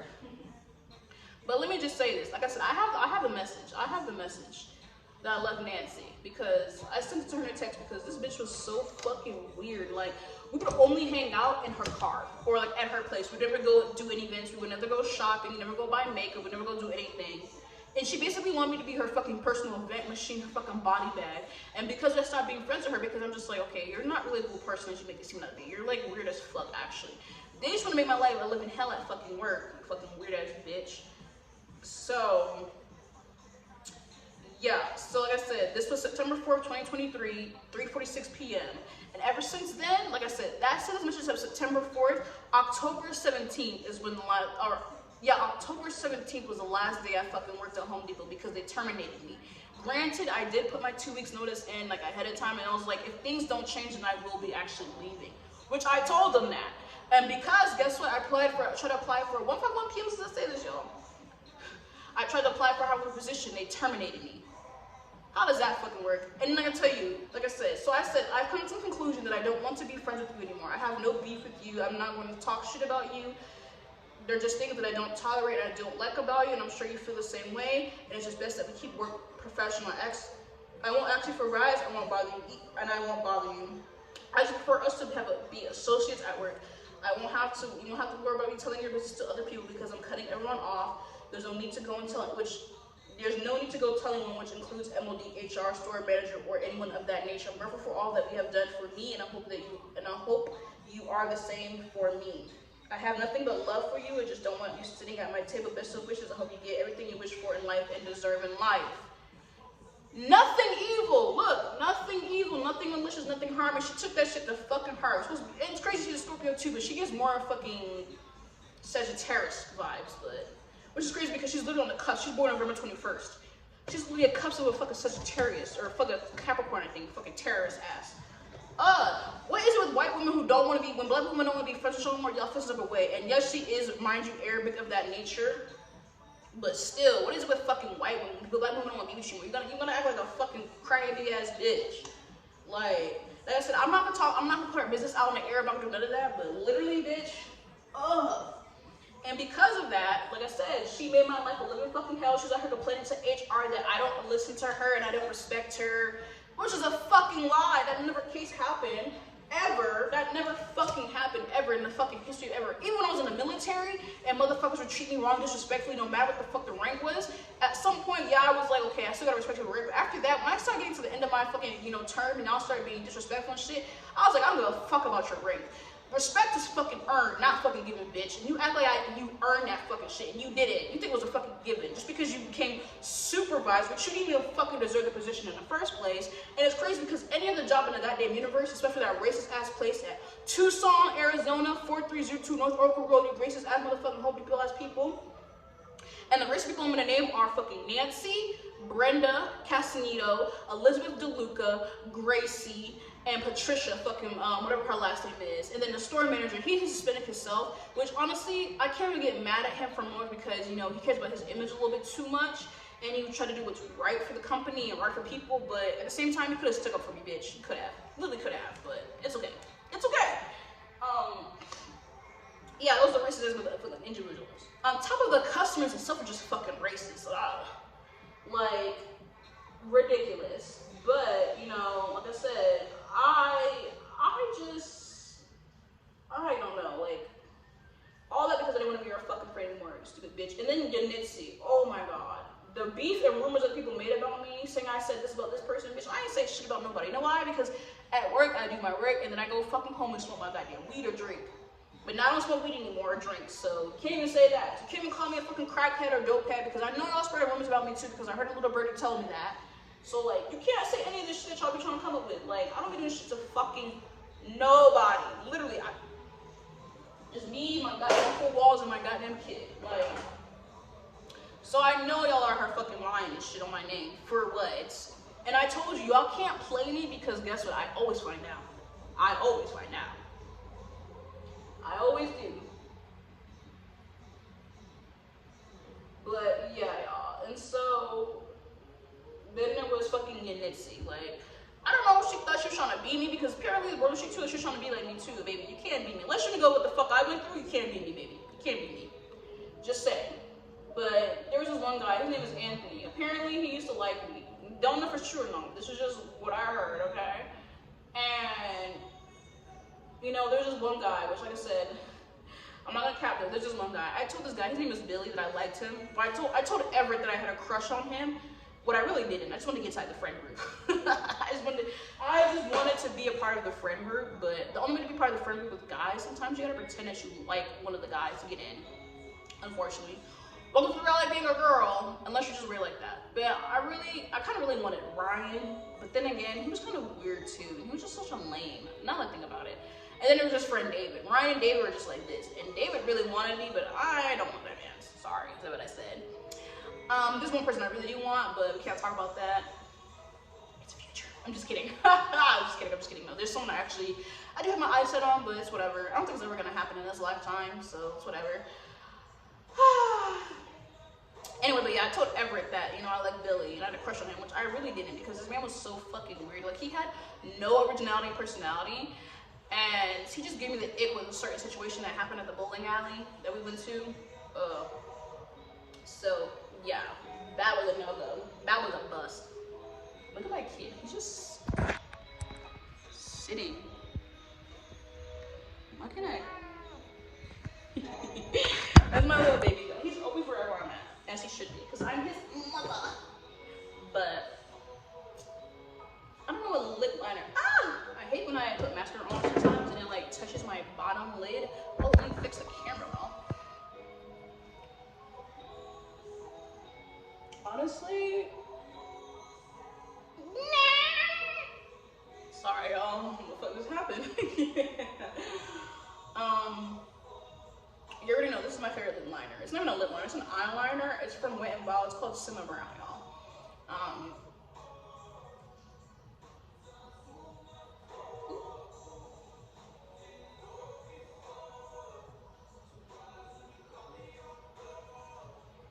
Yeah, but I really told this man that I had a crush on him and not, but I didn't. And so, he just gave me the ick. And so, after I went to the park and shit, I'm basically like asking him about himself, and he didn't really know anything about himself. Like, dude, you're like 35 years old, how do you not know anything about yourself? And you think that I'm gonna be with you? No ma'am, no sir. So, yeah, that didn't hurt. And then, so like I said, there's the kid Anthony, and apparently he liked me. And so I told you Dixie, because this bitch always wants to do about everybody's business, pretend like she don't know. Like, come on now. And so I told her, and she was like, oh, really? And then literally, ironically, Commissioner Burke, within that day, she's talking to Anthony. Already. Because I told him, I told Bill, it's not really my type, which he isn't. No disrespect, white guys are not my type. They just never will be, I'm sorry. They will never be my type. I do not like white guys. And I know, when I said I was younger, it wasn't that I actually really liked him. I think I just wanted to be his friend. And I just didn't know how to ask him to be his friend. So I just thought if I liked him, you know, maybe he would pretend that he would like me back. But I truly cannot be white people, I'm sorry. To people who are in relationships with white people, good on you. I feel like the people I would be in a relationship with would be like someone who's like, you know, Mexican, Dominican, Puerto Rican, Indian, you know, people who are like closer to black. You know, maybe even Asian, but then again, sometimes they literally low-key kind of give me like walking real-life dolls, like, and not in a good way, like, they kind of scare me with that shit. Or Native American. This is one Native American guy on TikTok that I see, he like puts in shows. He is scrumptious. I don't know what his name is, but he's scrumptious. So So yeah, I guess Billy told him that I didn't like him, so he felt some type of way. Which honestly, grow up, little kid, grow up. Like he's like 23 or some shit like that, or maybe he's 22.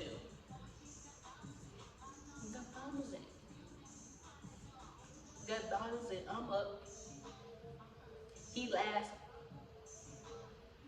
Ski mask. I'm just gonna stop. I love Cardi B. Also, too, y'all, I love Cardi B. Yeah, honestly, no offense, I prefer Nicki Minaj and Cardi B over Megan Thee Stallion. And then I prefer Ruby Rose over Megan Thee Stallion. Like I said, Megan's really good. I like her little raps, but I don't know. She doesn't give me range. I don't relate to her like that. I don't know. I just don't relate to her. But I wish her really much success in life, y'all. Like I said, I'm not a hater. So I thought I saw something.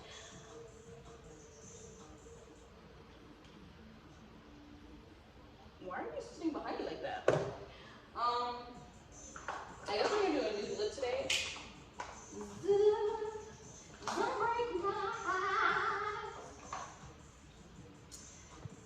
We're gonna use this color right here. It's called Pancake Stacks, y'all, from NYX Smooth Whip.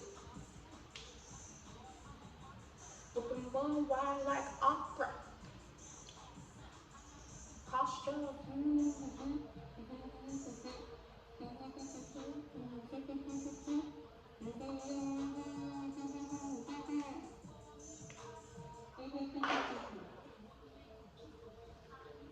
You know what makes me mad too?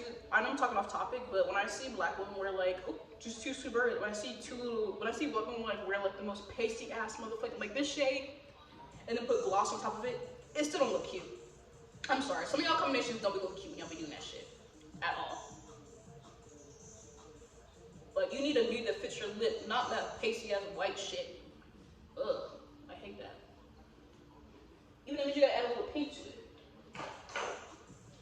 That's what I'm about to do, because this shit don't look that cute. Like, you see how white that shit looks? And y'all be thinking that shit eats. I'm sorry, it don't. I'll be the one to say it. Add some pink to it.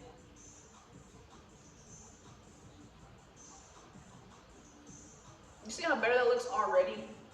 That white shit don't be looking cute, I'm sorry. When I be seeing y'all do that shit, I'm gonna go click off the video. Or I like the video and I just comment to myself like, maybe. Not it.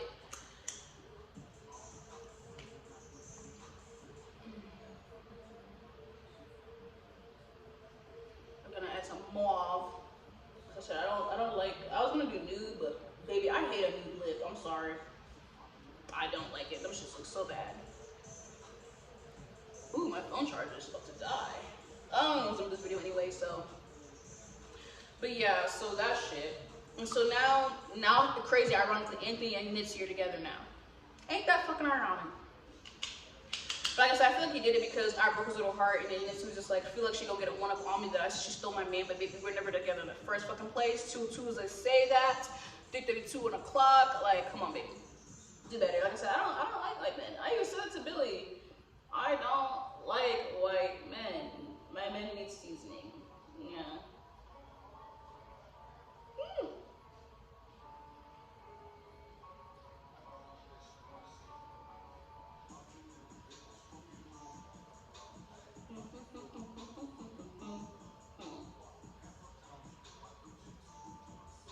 There we go.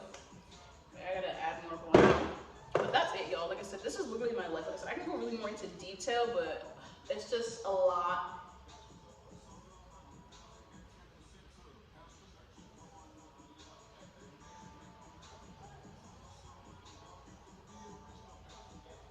But that's the reason why now I just don't, I'm just to myself. Like, I don't have any friends. I don't have any family. Except for my cat. There we go.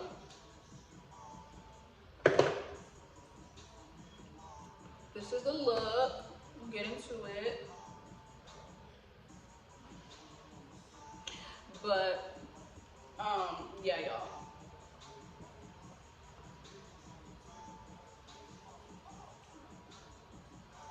Honestly, this shit's eating today. I don't know what it is about today. I mean, this camera quality doesn't look that good, but this one right here, it does. But yeah, y'all, that is my life. I have nothing else to talk about. Like, I can go really down into detail, but like, I'm just, like I said, when it comes to like my childhood and stuff, like, I just don't talk about it. Sorry, it's my cat. Oh, look, you can't see him, but it's just a lot of trauma, and it's just like, it's always funny when I hear people, like, sometimes on TikTok, and you're like, oh, like, I still live with my parents, and like I said, this is not to hate people who live with their parents, but sometimes, like, I wish I had the opportunity to live with my parents, but like, I can never go back. I'm sorry, I just can never go back. So when I hear people saying like, oh, I have to go live with my mom and dad, and like, oh, my mental health is suffering, I'm just like, baby, if you don't stick up for your damn self and speak your fucking mind and establish some goddamn boundaries, yes, that is their house, but still have some fucking respect for your parents or guardians, whoever the case is, and still have some fucking boundaries. Like I low-key, when I hear that shit, I'd be like, shut the hell up. Like, I'm so serious. Like I said, I'm not trying to be insensitive, but I'm literally like, shut up. Like, you literally have people like me who want to like fucking,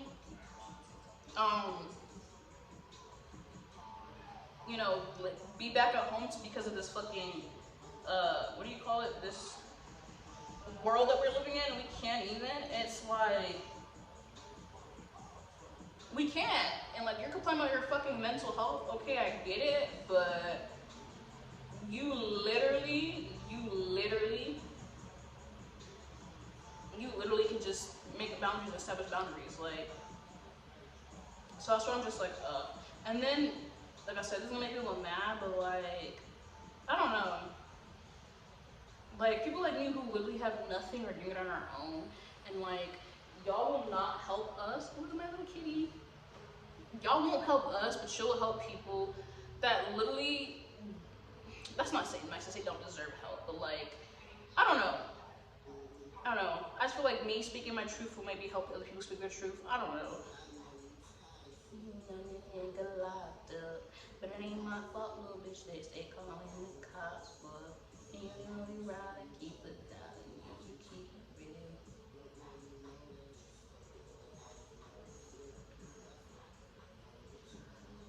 Sorry, y'all. I'm looking at my phone real quick. Like I said, there's just so much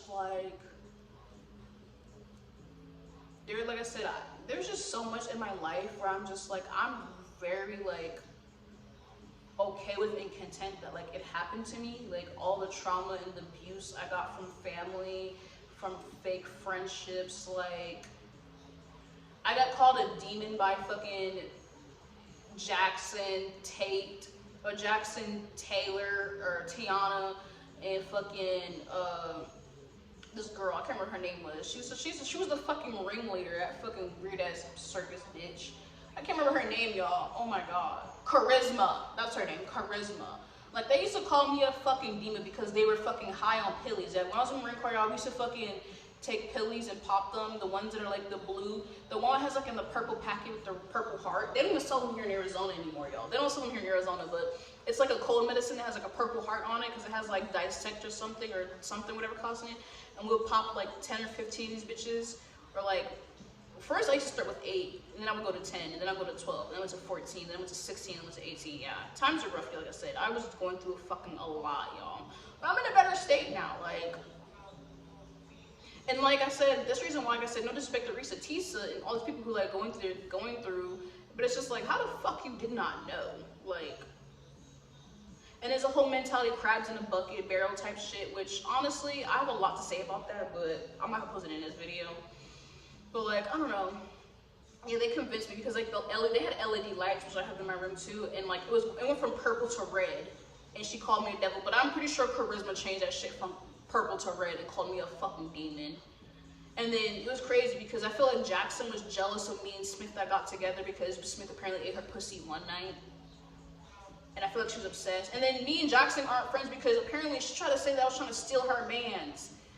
Because one day I was apparently wearing a dress and not wearing underwear underneath it, which is a damn lie. I wear underwear with a bathing suit. The bikini bottoms, like the ones that are like high rise and they don't show your little fucking booty cheeks and shit. I still wear underwear with that. Wear a fucking thong with it. So how the fuck am I gonna not wear a underwear with a dress? Like, ugh. Just because your man fucking wanted me and not you don't mean that I was out here trying to get him, you fucking dumbass bitch. Like, I swear, like, the more that I think about it, people were really fucking hating on me and spreading rumors and lies on me for no fuck-ass reason. Like, really, girl? Really, Jackson? Gordy Jackson, where the fuck your name is? I really wanted your nigga? No! The same thing they tried to say that I wanted fucking Eric Southers. The one that fucking Roach in the goddamn middle of the field in MCT. The one who got a kid with a bitch back home in Georgia. Everybody knows me. I don't want no man or woman who has a kids unless their kids are my fucking age.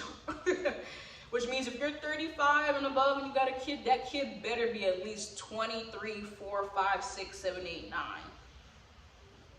I don't want no kid. I don't want to be a stepmom to no little ass kid. I don't even fucking want kids. The only kid I want is my goddamn kid right there. I literally truly do not want kids. So I don't know. It's crazy, like I said. I literally had so much fucking beef and issues with people for no fucking reason. I was literally just living my life, doing me, minding my fucking business, doing whatever the fuck I do.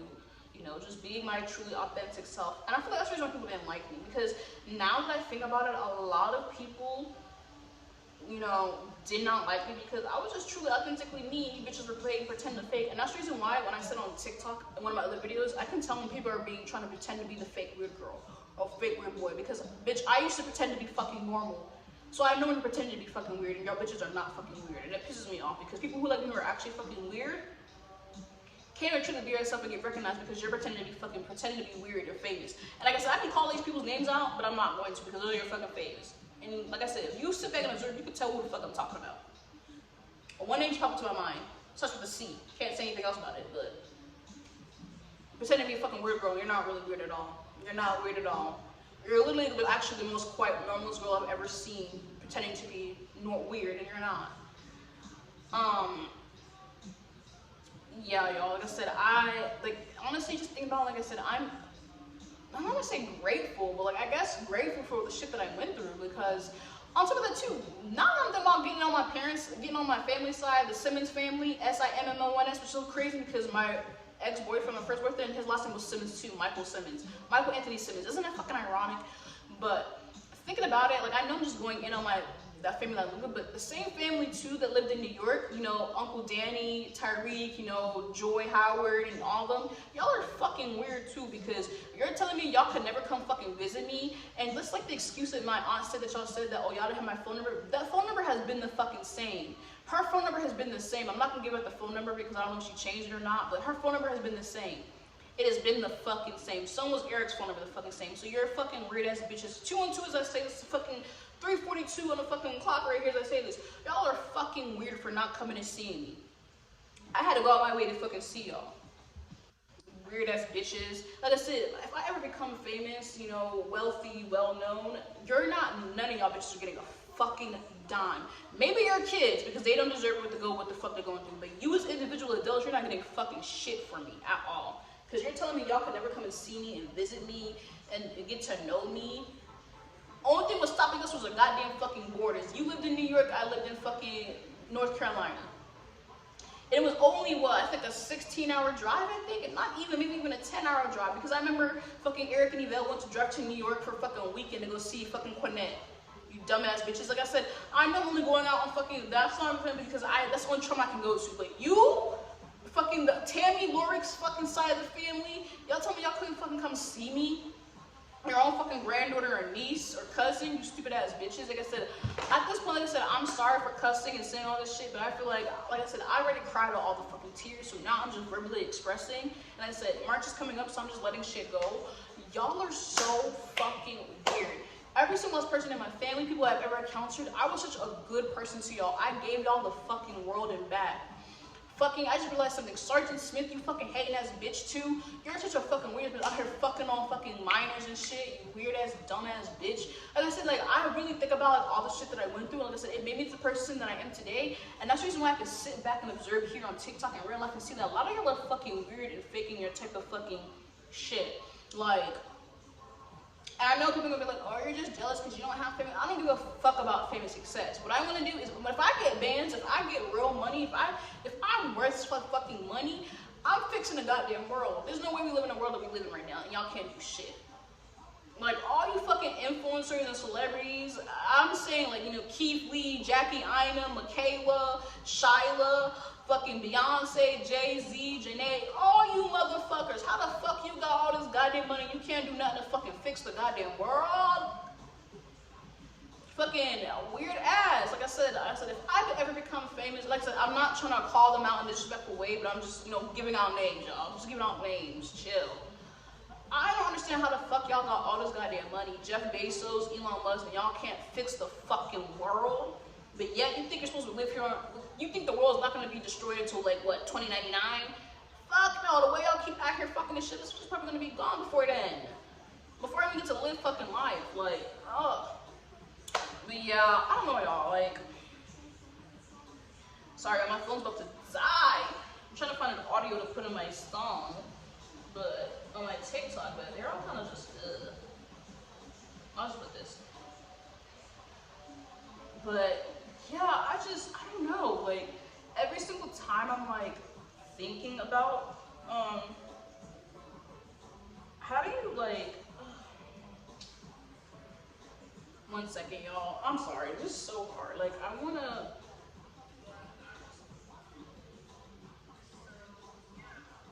like.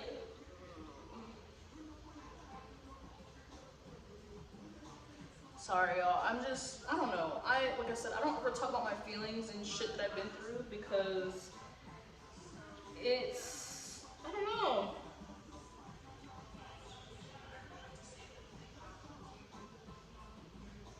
You know what I have to do? I hate this. One second. I just hate this shit because it's so fucking stupid. Sorry, y'all. I'm trying to like post and shit, but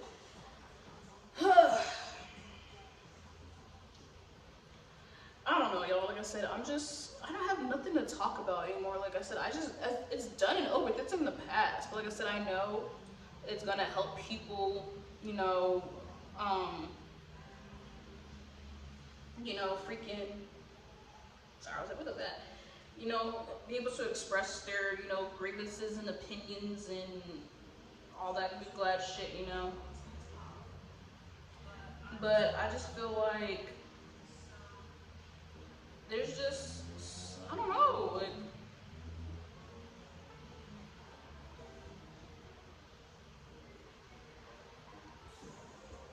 sorry y'all, I don't know, like, it's just like I said, I just don't like talking about my issues because like, I just feel like, me personally, like, I've lived it, I've done it, I worked over it, so like, there's really nothing else for me to fucking say about it, you know?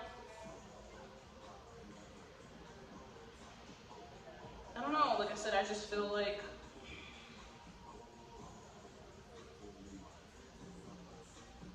I said, yeah, I have really nothing to talk about.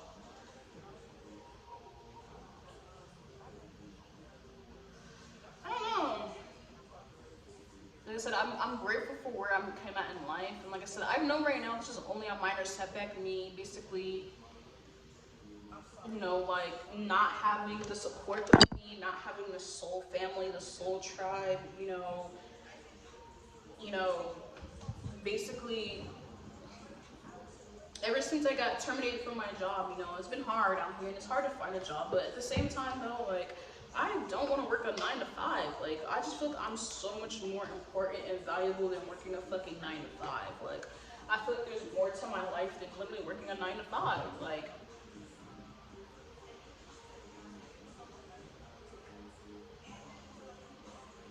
yeah, like, honestly too, like, I really know what I want to do with my life, but like, I just feel like it's so hard to, like, I don't think there's a job out there for me. Like, what, okay, this is what I want to do with my life, y'all, because I just want to be able to, you know, go visit. First of all, I need a passport first. That's what I really need. But besides that, like, I want to be able to go to, like, other countries, you know, outside the United States, because, no offense, the United States is literally garbage, boo-boo, not worth it.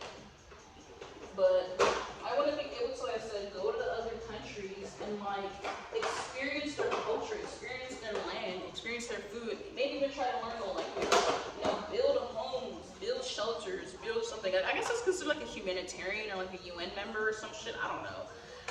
But, like, I want to be able to do shit like that and, like,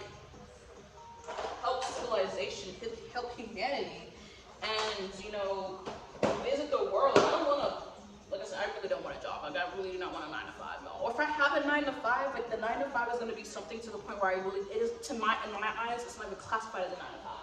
Like, I want to be able to, like, just have a job where I can, like I said, go visit other countries, learn about their cultures and their lands, and, you know, try to learn the language, and then help them build homes and shelters and shit like that. Like, we just have too many, like I said, we have too many celebrities here in this world for us to be impoverished, to have no food, no water resources. Like, we're literally in the year 2024, and you're telling me that we still have to live like this because these people want it to be like that way? Like, for what? Like, what's the real reason why you want us to live like this? Like, and it's too, and like, what also makes me mad too, because like, if you really think about it, in every societal culture that has people that are, you know, literally, they're always on the bottom. They're always on the bottom of the totem pole, and they're always getting treated worse. And I know you're gonna be like, what do you mean? Like, example, and this is gonna offend some people, but the issue of Palestine right now. Literally, I've only seen 2 videos out of the 150 days ago with Black Palestinians telling us about what they're going through. And there's literally documentary proof here on YouTube and, you know, shows and stuff of Black Palestinians being treated like shit by the lighter skinned versions of the Arabic people. And I'm just like, in every society that we go to, there's the Black Afghanistanis, I think I'm saying it correct. In every civilization, society, nation, ethnicity, race, class, whatever you fucking call it, Black people are always at the fucking bottom of the barrel. And it's just like, this is mentality that whiteness is greatness, purity, and it's just like, whiteness is literally nothing. It has no color, it has nothing. In order for whiteness to shine, it needs light to reflect it. In order for you to get any color, you have to add something to it to get color to whiteness. Like, black is pure, it's space, it's our consciousness, it's the womb when you're born. So it's just like, I don't know. I was my dad wrong, that we're literally in the 21st century, 2024, and Black people are still always at the bottom of the fucking barrel, always treated like shit, always being persecuted. Like, isn't society done? Like, when are you gonna be tired of doing this to your people? As a whole, like, I don't know. I'm just so tired of it. I hear that? But yeah, you know, that's just my life. Like, currently right now, like, I'm struggling to feed my kid, aka my cat. You know, my account's in the negative. I have like literally like $13,000 worth of credit card debt. That's probably never gonna get paid off until I have a high-paying job. I'm gonna probably be in debt to society until I fucking die. Which honestly, at the same time, I don't even think credit card debt's real. Like, it's just something that we made up in society. Like, it's literally not real in my opinion. But, you know, we live in a society where it is, so we gotta pretend that it is, you know? Like, I don't know, like, I'm literally living off of EBT because I don't have a job, let alone can even pay rent to live, you know? It's like, and I have no support, no family. So like, when I see, you know, people like on the internet crying for help, like, honestly, like, I feel your pain, but like, and I've asked for help too, but like I said, no one will help me. And I feel like it's because I'm not the stereotypical Black lady out here bawling her eyes out crying for you to help. And I just feel like at the same time, when it comes to Black people in America, it's just like, yeah, you cry, you fucking nigger, you cry.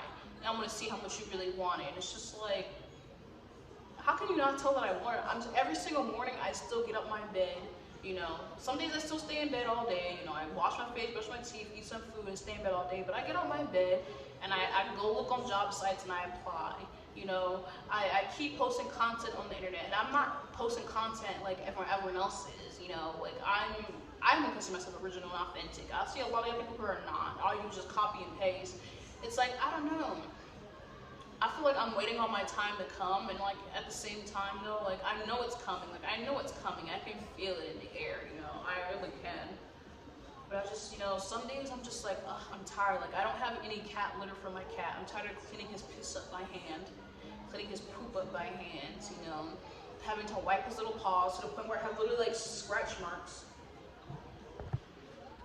I have scratch marks all over my fucking arms and shit because of, you know, my cat. Like, you know, like, like, I know it's coming, like, I'm waiting for the day it's coming, like, I just want my family, like, my soul family, my soul tribe, you know, like, I just want, like, the love of my life to come, like, I just want to be able to, like, stop living in survival, like, stop being abused by people who say that they love you, like, you know, stop being abused by so-called friends, like, I don't know, like, I know it's coming, like, I know it's coming, you know, but it's just like, ugh, that when, like, I'm still, like I said, I'm getting up every day and still doing what I need to do to survive, and I'm still having a smile on my face, even though, like, this shit is hard, like, who would have thought that being at 26 years old, that you're basically almost on the verge of homelessness? Who would think that you're basically having to take care of a kid that's your cat, no support? Who would think that 26 years old you literally have no source of income except for a disability check that isn't even enough to survive? Like, who would think that, you know, at 26 years old, like, you literally have no friends or family because everyone that you was considered to be friend or family did you fucking dirty? You literally have no friends because all they do is spread rumors about you, you know, like, it's like so hard, but at the same time though, it's like, I know I can do it, like, I've been doing it, I've been fucking fighting the fucking haters mentally, physically, spiritually, but it's just like, damn, I'm tired, like, when am I gonna be able to kick back and just relax? Like, I don't want to be in survival mode every single day of my life until I fucking die. Like, I'm already autistic and have ADHD, like, my immune system is already fucking regulated, like, how much more do I have to take until, like, I physically crash so people start caring, you know? Like I said, and sometimes, like, I'm gonna not cap, sometimes I do get jealous and envious of people who become overnight celebrity fame because, like, you did something fucking stupid to get it, you know, like, or you acted fucking dumb to get it, you know, like, sometimes I do, it's just like, damn. And then we make the wrong people famous, and then when they're famous, then we're like, oh my god, they're famous, like, you're acting stupid, and just like, we have the power to make people who actually deserve to be famous, people who are not, who should be able to take their fucking power away when we don't. Like I said, I don't know, like I said, if I ever become famous or wealthy or well known, like, I'm giving back tenfold. Like, there should be no, I should not go out and see no community of homelessness, starvation. Like, I don't know, like I just said, sometimes I wish I could be the president, but you gotta be like 35 years old to be a fucking president, so it's just like, ugh. I gotta wait till I'm 35 to be a fucking president, like, ugh. Honestly, that's also too, when I was younger, that was like one of my goals, is to be a president, because I promise you, we need women to run this country, okay? And also to that, we need introverts and people who don't like other humans, because we can tell you the truth, like, as much as I sit back and observe, the issue that we have in this world is that everyone thinks that they're better than the next.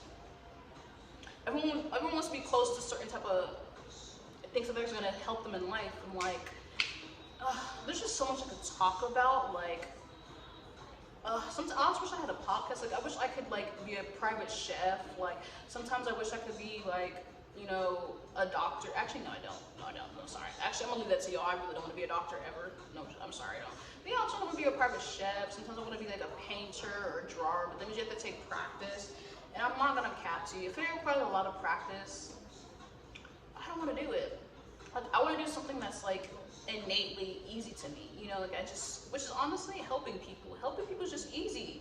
It's always been easy, and I feel like that's, like, the biggest thing too when it comes to, like, you know, being a spiritual person and just being a person that's a giver. Like, it just comes so easily, and you get taken advantage of the most, because it's so easy for us to believe or feel like, you know, you're gonna be good and then you're really not. Like, clearly, like, listen to my story, first boyfriend, then we have Smith, then we have fucking Charles, then well, Angel, like I said, that was just me fucking with that man. I did not want that man. But, like, even then, though, like, and then me getting taken advantage for, getting fucking bullied in the military, basically in middle school, elementary school, middle school, and basically all my goddamn life. Like, I've literally just been the butt end of the fucking stick. And I know that saying, like, the first the first will be last and last will be first. But I'm like, damn, when is it? Because I'm tired of being fucking last. I'm tired of being not chosen and picked. I know I'm not trying to be a pick me, but like, I want to be, you know, picked. I want to be like the first pick and not someone's fucking last pick. Like even in school, y'all. Like I was always last picked on teams for everything. When it was like PE time, always fucking last. When it came to being in the military, playing games in the military, always fucking last. Until I actually got a rank of, you know, sergeant. Then like they had no choice to be like, okay, well you know what you need to do. Like you know how to do this. So I'll pick you first. But even then though, when I was like a PFC and private lance corporal and corporal, like I knew a lot more shit than the fucking staff, NCOs and gunnery staffs, and even fucking sergeants and corporals. And I was still to get picked last until the very end. Like, well, maybe this person knows. And like, oh, we should have went to you first. I'm like, yeah, bitch, you should have. Like all my life I've been picked last. And I just want to be picked first for fucking once. Like shit.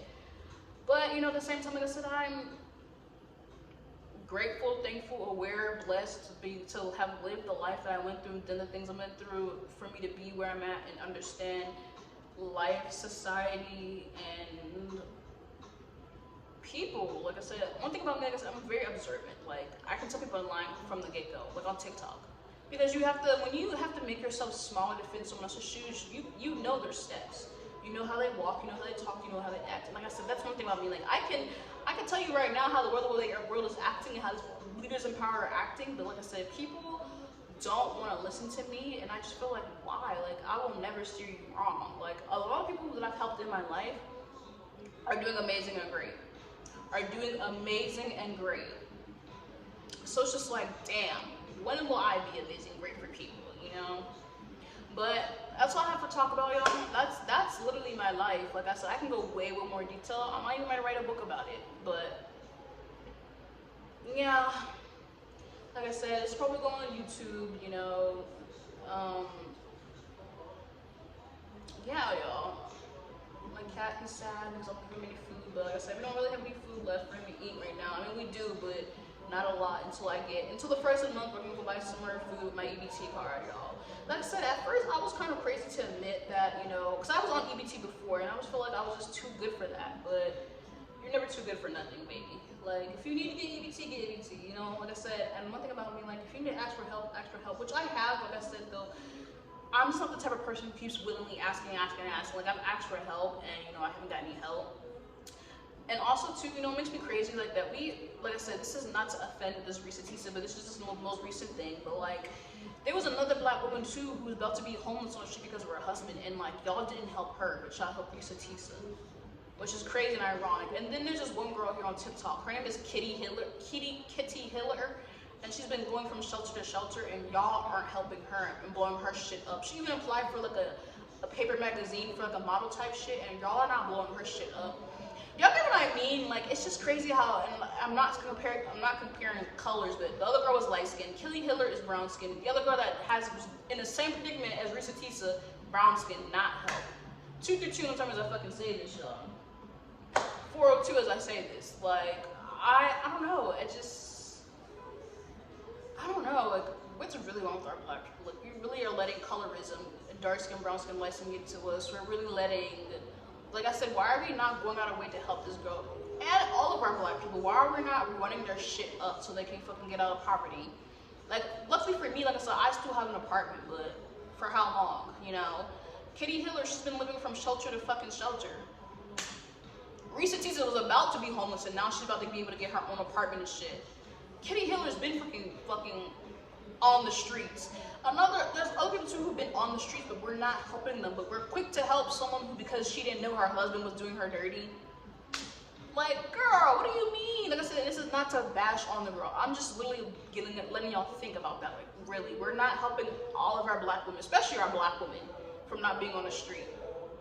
We're only being selective about who we helping. Like, I don't know, like it breaks my heart. But like I said, I know my time is coming, and that's the reason why I know y'all are not helping me, because it's just the way the universe works. Like every single time I hear, you know, these celebrities talk about how they were really down and out and no one was fucking helping them, and then when they got something, then everyone would come out the woodwork. Like I said, I'm prepared for it. I'm prepared for y'all to come out the fucking woodworks. Like I said, y'all not getting a dime from me. And you know, like I said, when I become famous, wealthy, well known, well off, everyone fucking put it, I just want to help the world. Like, that's my biggest thing. That's all I ever wanted to do when I was little, was help the fucking world, y'all. That was it, is help the world. Because we shouldn't be living like this at all. I don't care what society and what government and what person told you this, but we should not be living like this at all whatsoever. I don't care how you put it, like, we really shouldn't be. But, you know, this is the end of the video, y'all. This is the end of the video. I want to show y'all the makeup look in better lighting. This is the makeup. Have a blessed day, y'all. Remember how I told y'all I got the video proof, y'all? I got the screenshots. These are the screenshots right here. The person's name is Dante, D.Slayer, SLAYYER1. Okay?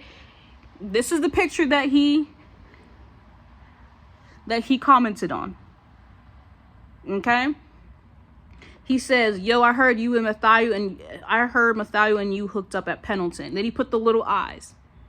Y'all can see. And I said, who is that? Never heard of that. Okay? Then he said, his name is Marcus. I said, Marcus who? He said, but I also heard you did with someone else. I said, I never saw with anyone name that. Name that. Sounds like rumors to me. He says, I be saying that too. You know, it's best to hear from the source because motherfuckers just talk out their ass. This is the screenshot right here. Okay? And then I said, he said, motherfucker is sure. I said, is it the same one they talk about? I said, did he happen to know someone named by Majet? Like I said, the guy that I actually did sleep with, Charles Dreldon Majet, okay? He said, they was saying you was at the alley and got drinks and hooked up, bro. Majet or Mayfet, which he knew exactly who I'm fucking talking about, because I think I know who this man is, but I can't remember specifically. He said, haha, that's mad. I said, haha, that's mad funny as fuck. Never happened. We did hang out, but we never slept together. And that's wild. He would say that, but then again, it's not because he liked me and I never liked him. And I put that emoji, it's Majet. He said, nah, because he didn't say started nothing, but from the boys, but nothing. It's them boys out there because they saying he was cheating on his wife with you. Y'all hear that? We cheating on his wife with you, and he was a homewrecker, but bro, he cleaned his name, and he said y'all was just went out for drinks. So if you're asking me, did I sleep with this man, and I tell you no, then all of a sudden he cleaned the name in his slate. Like I said, I have nothing to lie. I have nothing to lie and nothing to hide for, okay? And he said, but then you saying y'all was hooking up. But he never said hook up though. I saw Snap on the group chat and a while ago, but they deleted it because they all got out of the military. Yeah, right. Boys always got group chats. And then said, are you talking about Marcus? Because I can tell you exactly what happened that night. And then he said, he put the little thingy and he said, rumors I hate. He said, rumors. I hate that they be tripping people's life up. And then I sent a screen recording message. Okay, obviously. And then he said, why they say things is really messy, bro. And I was like, I don't know. Okay. And then I sent another message. Okay. And then I said, this is the screenshot, y'all. I'm gonna show y'all the screenshot. I said, I'm confused who said something though.